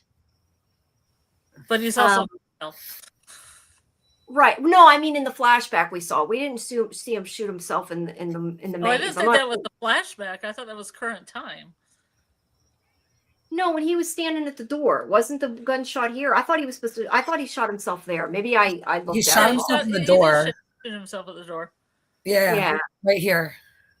That's what I thought. The only thing I can say is maybe what you said a couple minutes ago is right. Is that they need to either be hurt or in a vulnerable state, and maybe he shot himself so he could body hop because, maybe. Yeah.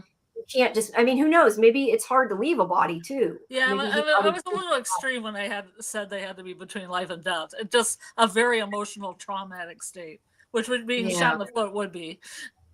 Yeah, it would be. But I don't know. I am still not sure what the hell happened at the end of this episode. I gotta go back and rewatch it. Right. But she says he's gone. And I guess we're supposed to assume that that's Maddie and Maddie's body, but that may not even be Maddie. We don't know. Not be Maddie and Maddie's body either. Yeah, she's I don't know. They're all under stress. Yeah, because where would he go? There's no other body that he could hop into if he was running through the maze. I would assume unless Xavier was weakened by the poison tea and he hopped over. Maybe, because I just question, if he went into Maddie's body, I feel like been there, done that. I don't know that I want to see her be. Well, that would be the same thing with Xavier, because Xavier was on the borderline of death, and I thought, well, you'd be on the borderline of death again. But then I thought about Yellow Jackets. I was like, Mari jumped into the pit twice. Yeah. Xavier could almost die twice. Good. She could be possessed twice. I don't know. I just feel like the whole last 10 minutes of this episode. Here we go again. What? I wonder if she keeps seeing all that red right before, it looks almost like a scar, right? I'm wondering if she sees that red now, not just because it's a scar, but because it's right where there's going to be a body jump or a death, right?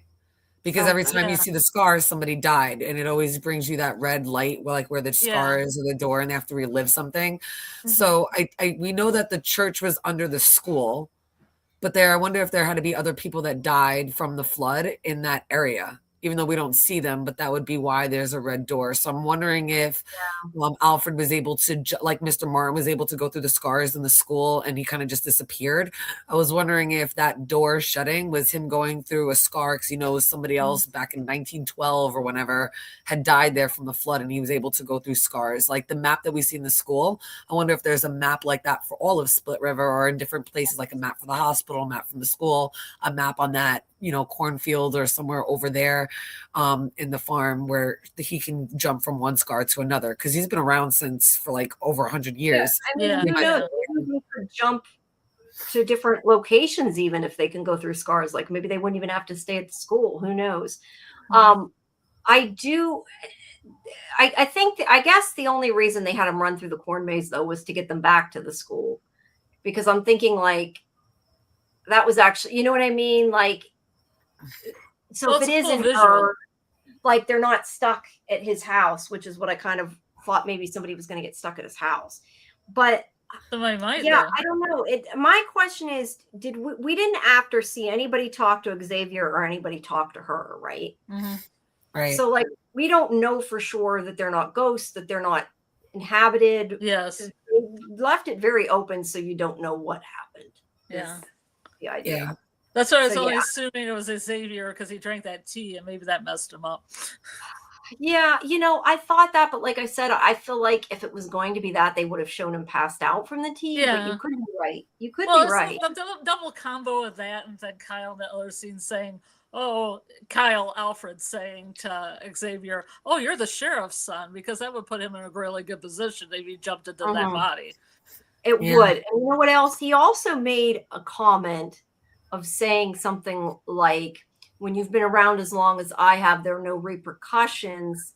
And he said, like, the ring's probably even older than that. So does that mean that, like, he was somebody else before he was Van Height? Like, what does that even mean?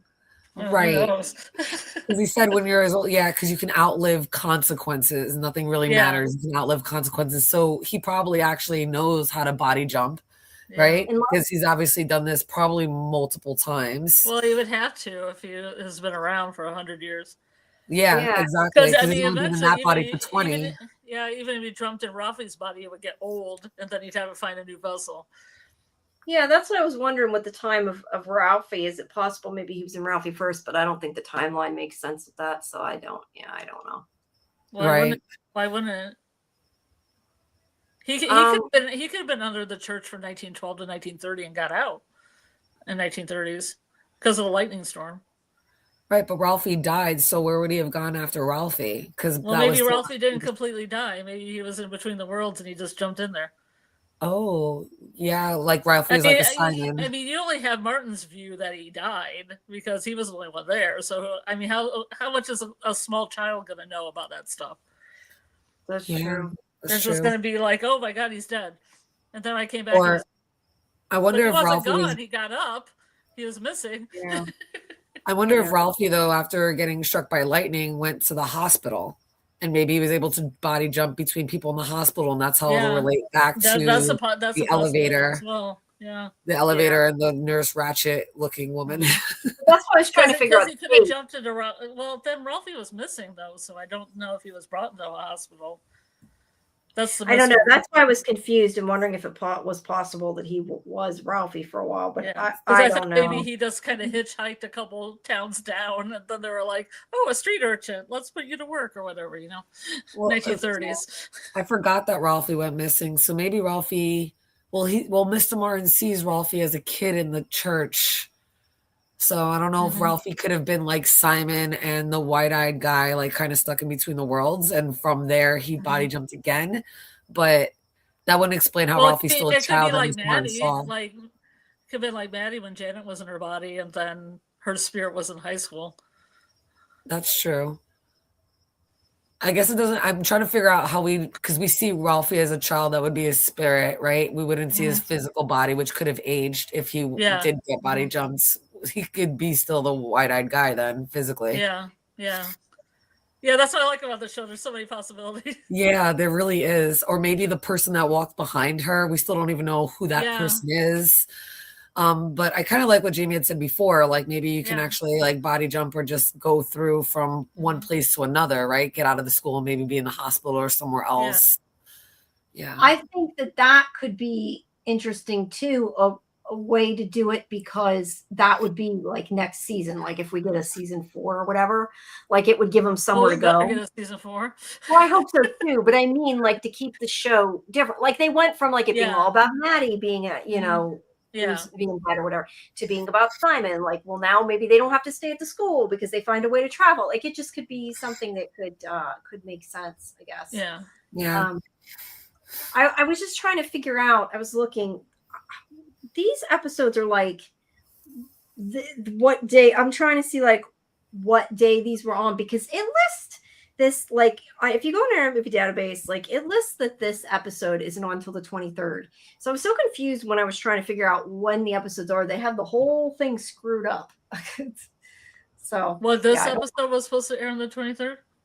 Yeah, they had like that there was a week in between 5 and 6, but there wasn't. But it wasn't. Well, it was. Yeah. So I don't know. They have something wrong with the way it's listed, because is it on Mondays?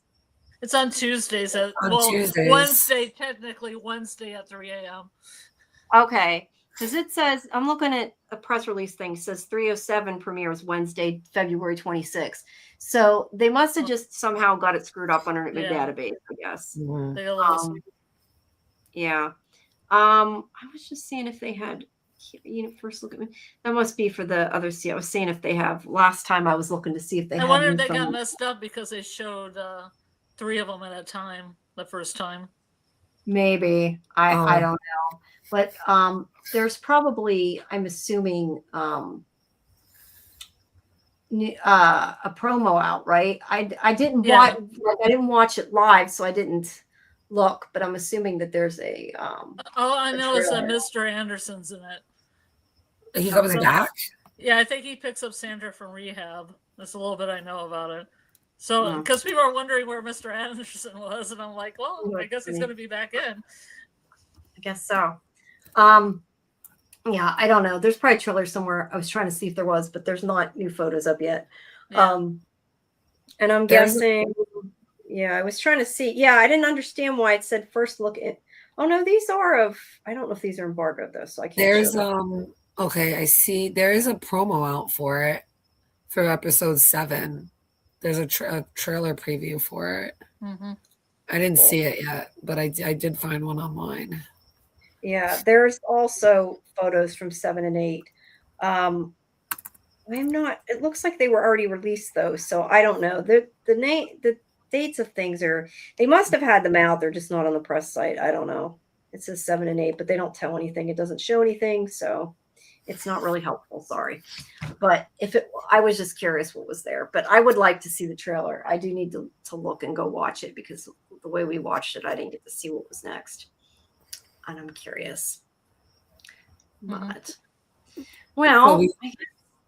at the end when they are all at the corn maze, because I watched it very briefly, like with a half an ear, did Nicole and what's her name? Clara? No. Claire. Did Claire and Nicole run out to the cornfield too? Did we see what really happened with them at the end of this episode? I don't think they showed, did they? I don't think they showed them, right? But they got out of the car, and I think that was the last. They did get out of the car, yeah. But that's the last thing we saw. So I don't know if they were in the corn maze. I don't think they were. I think it was just Xavier. But I'm curious. Did you guys notice if they were at the corn maze or where they went? I don't think they were, but that's why I said, like, I feel like they left it so open. You're not sure what happened because we didn't actually see either Xavier or her interact with each other or other people. Like, he could be in either of them. There's a bunch of people running up to Maddie, so who knows? Well, but that could be running up to, Kyle's body too. That doesn't mean you necessarily see Maddie. Yeah. I just kind of hope it's not, like I said, I don't want him to have gone into Maddie because I feel like they've done that. I don't want to see that. Yeah, I don't think that's going to happen because that's too much. Yeah. I think it would be too. Because it would be like back to season 1 of School Spirits. And I think if you went into Xavier, they'd be able to find out if Xavier, like, if Alfred went into Xavier's not going to want to go back to the hospital. Right, so that would be one way they can tell if it's Xavier or not, because he would definitely take care of the hospital. I don't know if Alfred makes good choices. That too. I think they all need to come up with a way, though, to that they all have like a secret, I don't know, message or something that if they think something's off, they can figure out it's not them in their body. Like a code word, like albatross or something. Like albatross. Like a code word. I'm serious. Secret word. Yeah, a code to know that you're the right person and not a ghost. That's funny. I don't know. But either way, it was left very open, so you're not sure what happened, and I feel like it could go any way. I just so many questions. Yeah, lots and lots of questions. You got questions about the iPad? What Olivia did with the iPad? Yeah, we didn't get to about that. And whose body? Who walked down the hall behind the nurse? We don't know anything about that. We still don't really understand how Maddie's red visions work. Right. Another question is that I kind of wondered. Like, we know that the thing that confuses me is we know that Van Height is in Kyle, but I kind of before wondered, like, if we know that Kyle's being 100% honest, and I don't know why I wonder that still, but I don't know. Sometimes I've wondered about him, and it makes me think, like, could there be more to that than we even know? I don't know. I don't know. I'm spitballing. I don't know. I don't have an answer to that. I just like. I think it would make it too complicated for 2 more episodes. Probably. I just still kind of hope that Van Height went into either Livy or her mother. Well, Ken had gone in Livy. She was in the car. Went into her mother, because I think that could be really interesting. Yeah. Because if she's like either in somebody else's body or she's floating around and like either Xavier or Maddie can see her, there could be a lot of interesting things of like she quit wanting, because we can't have them destroy the school, right? I mean, they've got to somehow get rid of that storyline. So like if she was like a ghost, she wouldn't want it to happen to her, so there'd be a reason for her to stop it from happening once she got back in her body. Well, they reattached the young Kyle to the old Kyle's body. He could put a stop to the donation that's supposed to make the high school. Yeah. Make that happen. Yeah, but he was donating to make it happen. Even though he's lost 20 years, he's a dairy farmer. He could probably go after Tracy again. You know, he'd have to be like not a jerk. Right, but the only thing he was doing was he'd have to explain to her that he was in somebody was in his body. Yeah, but the only thing that he was doing though was making the demolition happen faster, because he was saying that she was saying that he could do it in the middle of the school year or whatever. Right. So I don't know that he can necessarily stop it. He just was making it happen faster. Well, I know you said you don't necessarily think that Alfred is smart. We don't know if he's like making good decisions, but I guess the smartest decision he would have made or could have made would have been to jump into Jennifer Tilly's body in order to continue with that project, right? To demo out the school, if that's what Alfred's goal is as well. I know he's helping, but he's got to be helping for a reason. He has to know that there's ghosts in the school. He has to want to kind of get rid of all of them, because that was his accident that he caused underneath the school with the original church. So I'm wondering if he's got an alternative motive and just wants to push that forward. And not for nothing, I was also thinking, since Jennifer Tilly wants this, like, what if Alfred had a wife? What if he pushed that wife into Jennifer Tilly's body and we don't even know about that? But that would be a huge big twist if Jennifer Tilly is working together with Alfred, because they're both are ghosts. Olivia would never know. Yeah, I was kind of wondering, is it possible somebody could be in her too? I was thinking the same. That's why I thought Kyle originally was Olivia's stepfather, because then Jennifer Tilly would have been married to him. Yeah. You know, though, there was a woman down in that church, though. Remember? Yes. So, is it possible that there's more than one body that was snatched? It could be. Like Jennifer Tilly could be that woman, like, jumped into Jennifer Tilly's body. Yeah. That would probably explain why she's got such weird parenting advice, because it's like a whole nother century. We don't even do that anymore. I did a good job at making sure you don't know that life is unfair. What? You're not preparing your daughter. That is not okay. Yeah, unless you're from like the 1900s and you think like sheltering your child is the way to raise them. Yeah, I know, right? So who do we think ran past in the hospital? Well, now that we're talking about it, I'm thinking it's the woman from the church that we didn't see. Yeah. But how did she get from the church to the hospital? Unless they can jump scars, which we don't know. I'm just saying that would be an interesting thing if they could. And that would be the reason why the elevator was open, right? Because if they're jumping through scars and they got into that room, they would open the elevator to get out of that scar to go to the next one and leave the door open. Yeah. Yeah, I don't know. That's why I said, can we trust Kyle? Like, it could have been Kyle even. Yeah. Or I assume it's implying that it was Van Height in Kyle's body, but I mean, is it necessarily that? I don't know. Well, I'm pretty sure it's that. But I thought Maddie had a vision where she couldn't go through the door that Van Height went through. You mean the door when he shot his foot? Yeah. Yeah. I thought she tried that in her vision and it didn't open. What do we know where that door is? I was wondering that too, because I couldn't place that location. Was that the school, or was that that church? Was that an office from somewhere? It looked I thought it was a boiler room. Isn't hers mostly in the boiler room, like her boiler room where she got separated? That's kind of what I thought, but it looks more like an office or something. Now that you have it up and I'm looking at it, I believe back in season 2, don't we see Mr. Martin standing in that same doorway and he closes the door on Maddie then? Oh. Do you remember what I'm talking about? There's a door that Mr. Martin closes and it looks just like that with the windows like that on the side. Yeah. I know what you're talking about.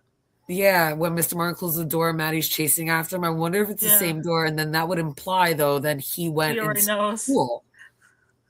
Yeah, I don't.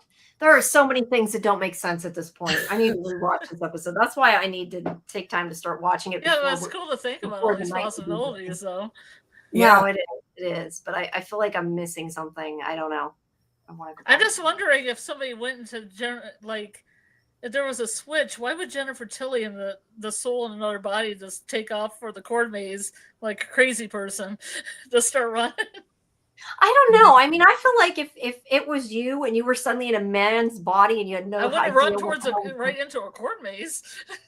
I guess know. You might just run. I'm scared. I don't know. But you guys' point forward is that Jennifer Tilly is a big name actress, so therefore she would want to be the big bad, right? Right. Yeah. I could see them making her Alfred towards the end to wrap up the show, right? Eventually, in one of the episodes, because she's going to want to have her moment, right? Right. The big bad moment.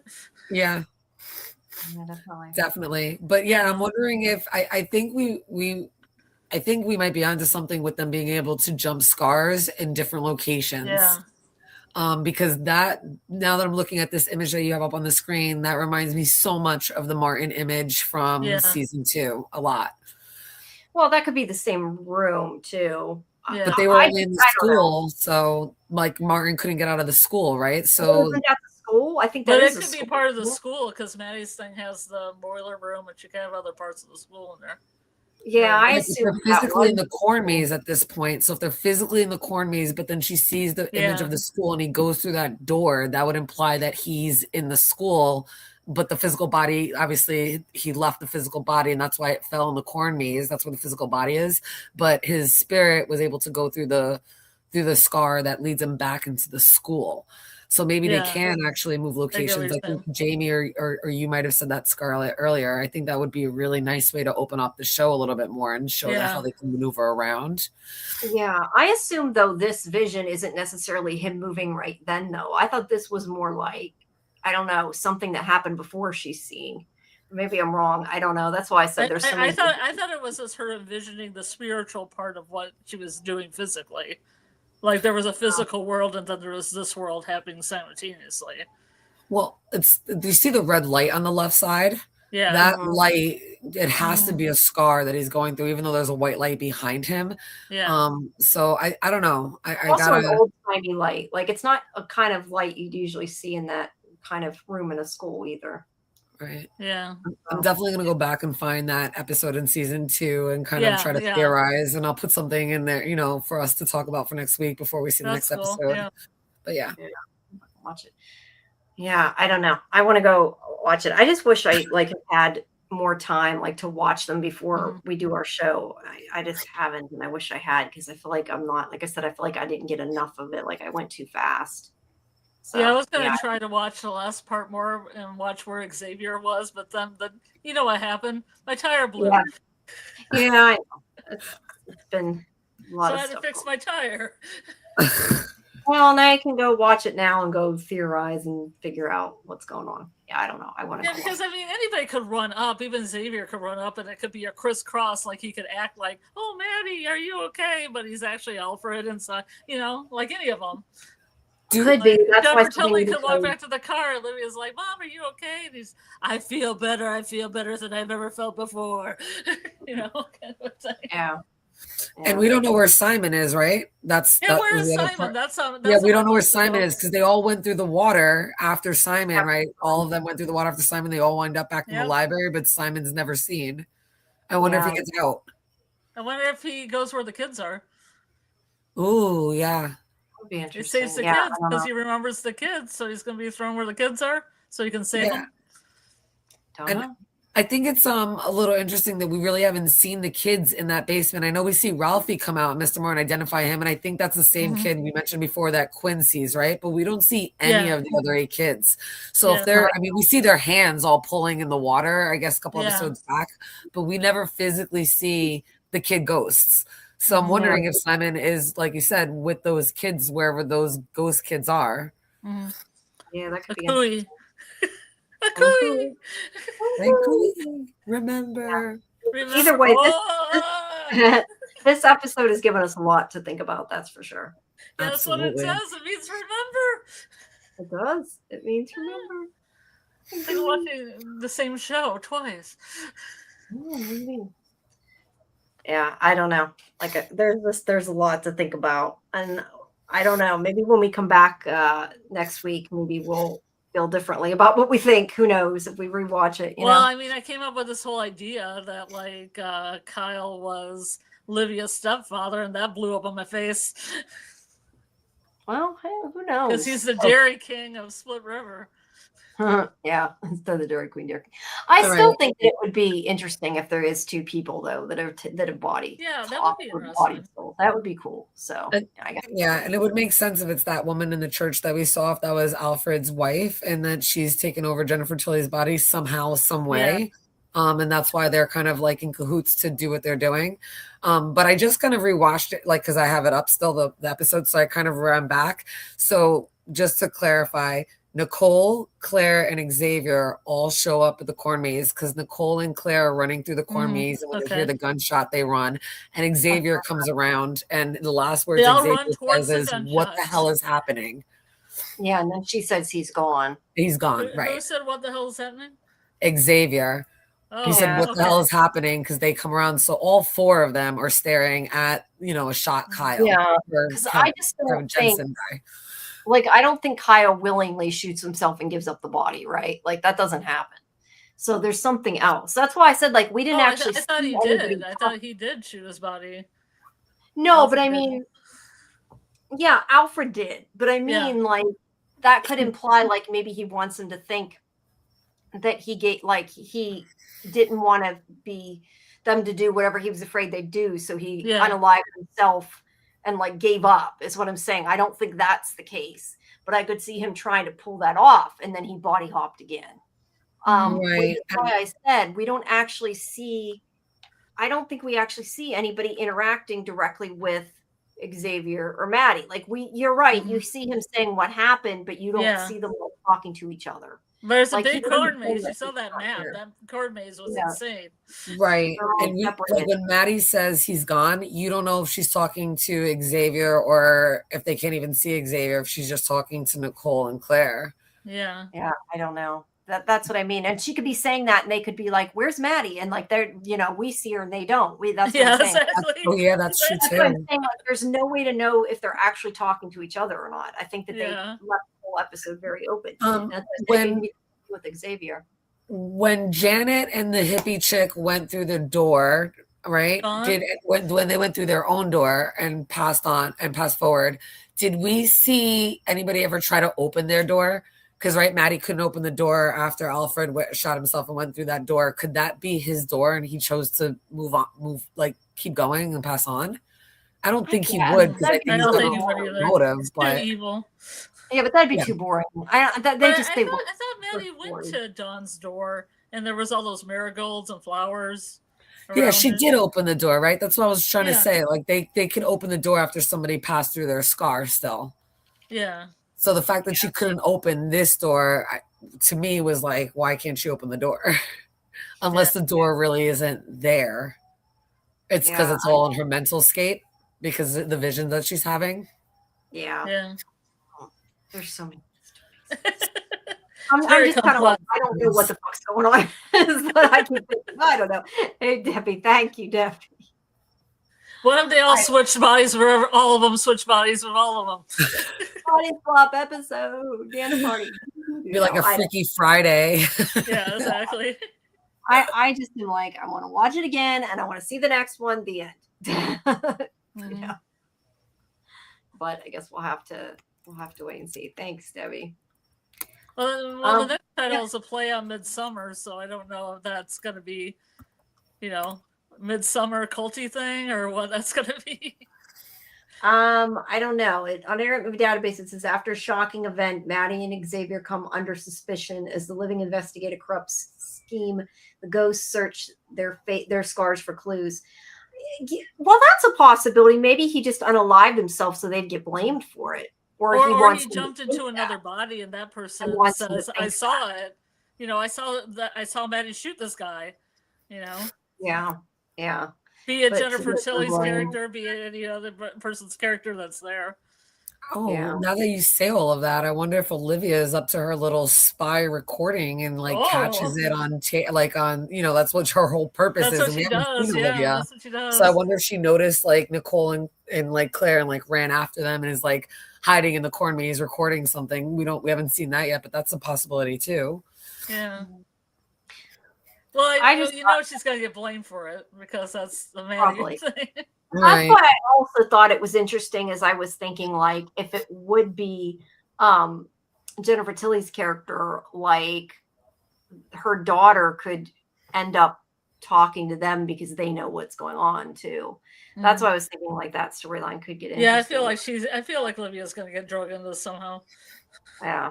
Well, it would make sense if it was in her mother, if he was in her mother, but I don't know that's the case. I just, for whatever reason, that was what I automatically thought right away. Well, if Jennifer Tilly is a ghost, right? Deborah Hunter Price, if she is been body snatched, right, and is possibly Alfred's wife or the woman from the church, I could see her jumping into Olivia's body to stay younger and to stay alive. And like you said, the consequences don't matter. I could see that happening and her doing some type of damage to Maddie at that point.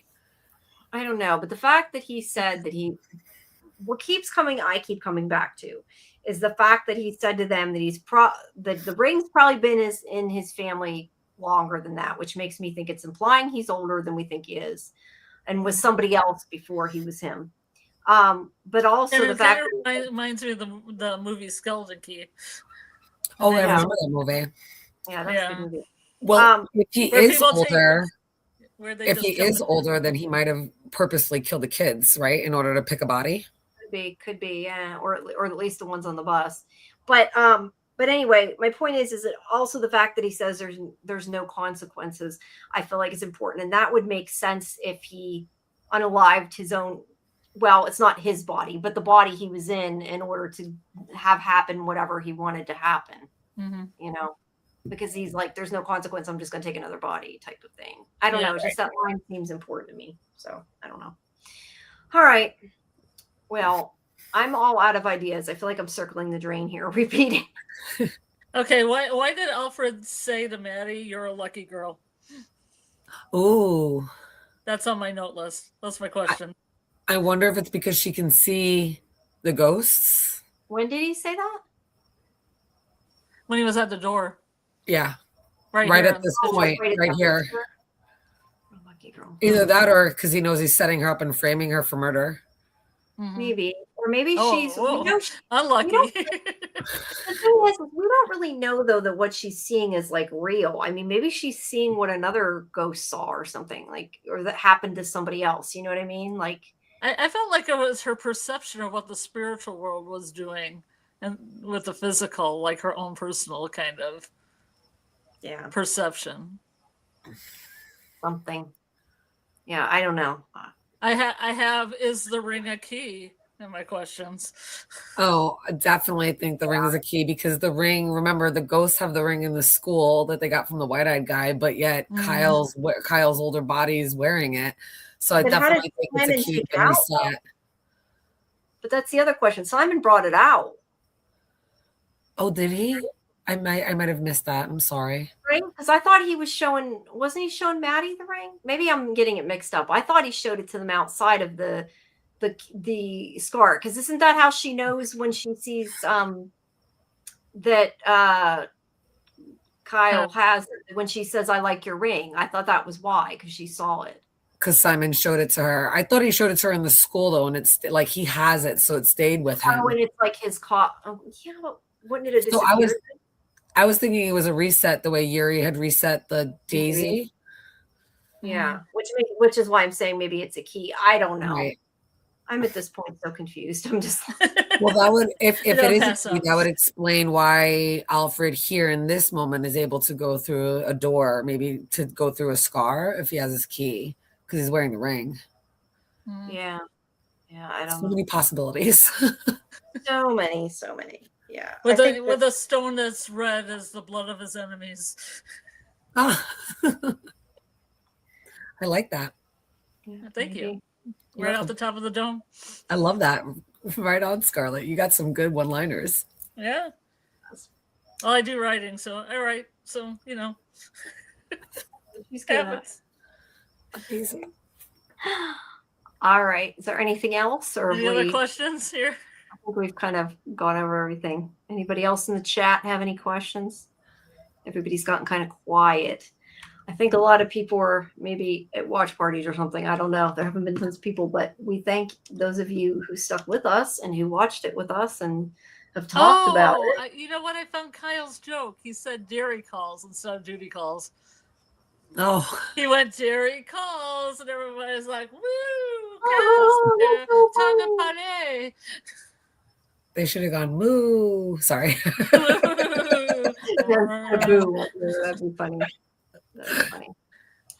But I think I did take some notes here with the music too. Nobody buys up was pretty good, and then there was another one that was "Back on You" by DJO. Some call outs. What was the band that you mentioned earlier, Scarlet, that you said in the very beginning of the stream? You had mentioned a band. There was like a really cool name of a band that you said, and I forgot it. Car seat headrest. That's it. Car seat headrest. That's such a weird name. Yeah. Very strange. That is strange. It's like Death Cab for Cutie. I like all those You gotta be names. unique. You can search it on the internet. I'll have to look it up. Yeah. All right. Well, you can't use a word like "from" as the name of your show because you can't search on the internet. I still don't understand. Like the band Churches puts a V in their name, so you can search churches with a V. That kind of thing. Come up with a way to do it. I mean, there are ways to do it, but especially on social media, it makes it really hard. And you know how hard it is for me to research from stuff. I have to type in "from TV show" and then whatever it is that I need to see or watch. Also, I type in MGM Plus or Epix. You know. Yeah, one of those things usually works, but it doesn't work so well on social media. It really doesn't. Yeah, it makes it really annoying. But School Spirits is kind of rough too sometimes because it's kind of generic, like School Spirits. Kind of, but it's not as bad as From. Well, when I put in School Spirits, sometimes I get high school videos in my YouTube feed. Yeah, well, especially if they have keys like as they're in there somewhere in their like high school name or stuff like that, or they have anything in common with this high school, like the same mascot, like a devil or something, and they'll come up. Yeah. Marketing departments, I don't know. Maybe they should have thought about it a little more. But it is what it is. I don't know. It's appropriate. It works. Yeah, it does. I think if they expand through the school, through the town, though, it isn't so much School Spirits. It's like Split River Spirits. I know. That's what I was thinking. They could have called it like The Forgotten or something, but I think there's already been a show called that. So I don't know. Yeah. Well, who knows? If School Spirits, you also know it's teenagers too, though. True. Does fit it.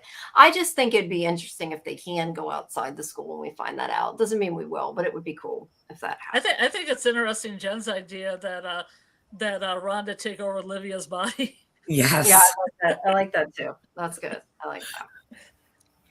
All right. Well. Okay. Well, I think that's about it. We're kind of. I think we've exhausted all options. I think we have. We're starting to slow down. We're repeating, but. All right. Well, thank you everybody for watching. Like I said, if you stuck with us live, we really appreciate it. Please make sure you like the video, hype it if you can, subscribe to SciFi Vision, check out scifivision.com for our interviews as well as the video tab. And we have some more stuff going up soon. I just did Monarch today. So that'll be a little bit yet, but there's some cool stuff coming up. So check all that out, and I will see you guys again Tuesday at 10 Eastern for Fandom Access, where we have more Starfleet Academy and the finale of Seven Kingdoms, as well as Paradise. We'll be doing on Tuesday. That starts. When do you guys have yours? I know you both have different times, but I am actually going to be live tomorrow night with Lori from Real Cinema Therapy. We're going to cover the finale for Cold Water. We postponed it. We had a family emergency, so we're actually doing that tomorrow at 10 o'clock on her channel. Awesome. Yeah. When's your next one, Scarlet? I do believe it's Saturday. There's probably going to be a watch party for episodes 3 and 4 from on Julie B's Deep Dives channel at, I'm going to say 6 p.m. And then there's going to be a live after on Saturday, I suppose, but you should probably subscribe to her channel so you can get updates on that. Yeah. We did a rewatch of 1 and 2 on Wednesday, and then there was a live tonight. Well, I was going to say, I don't think I ever pinned my Discord. I just pinned it now. It would go pop up to the top. If you haven't, please make sure you join our Discord as well for our schedule and everything else. But otherwise, I will see you guys on Tuesday. And yeah, thank you, everybody. Have a good night. Good night. Almost the weekend. Have a good weekend. Talvias on Shianen Ya Volkanen.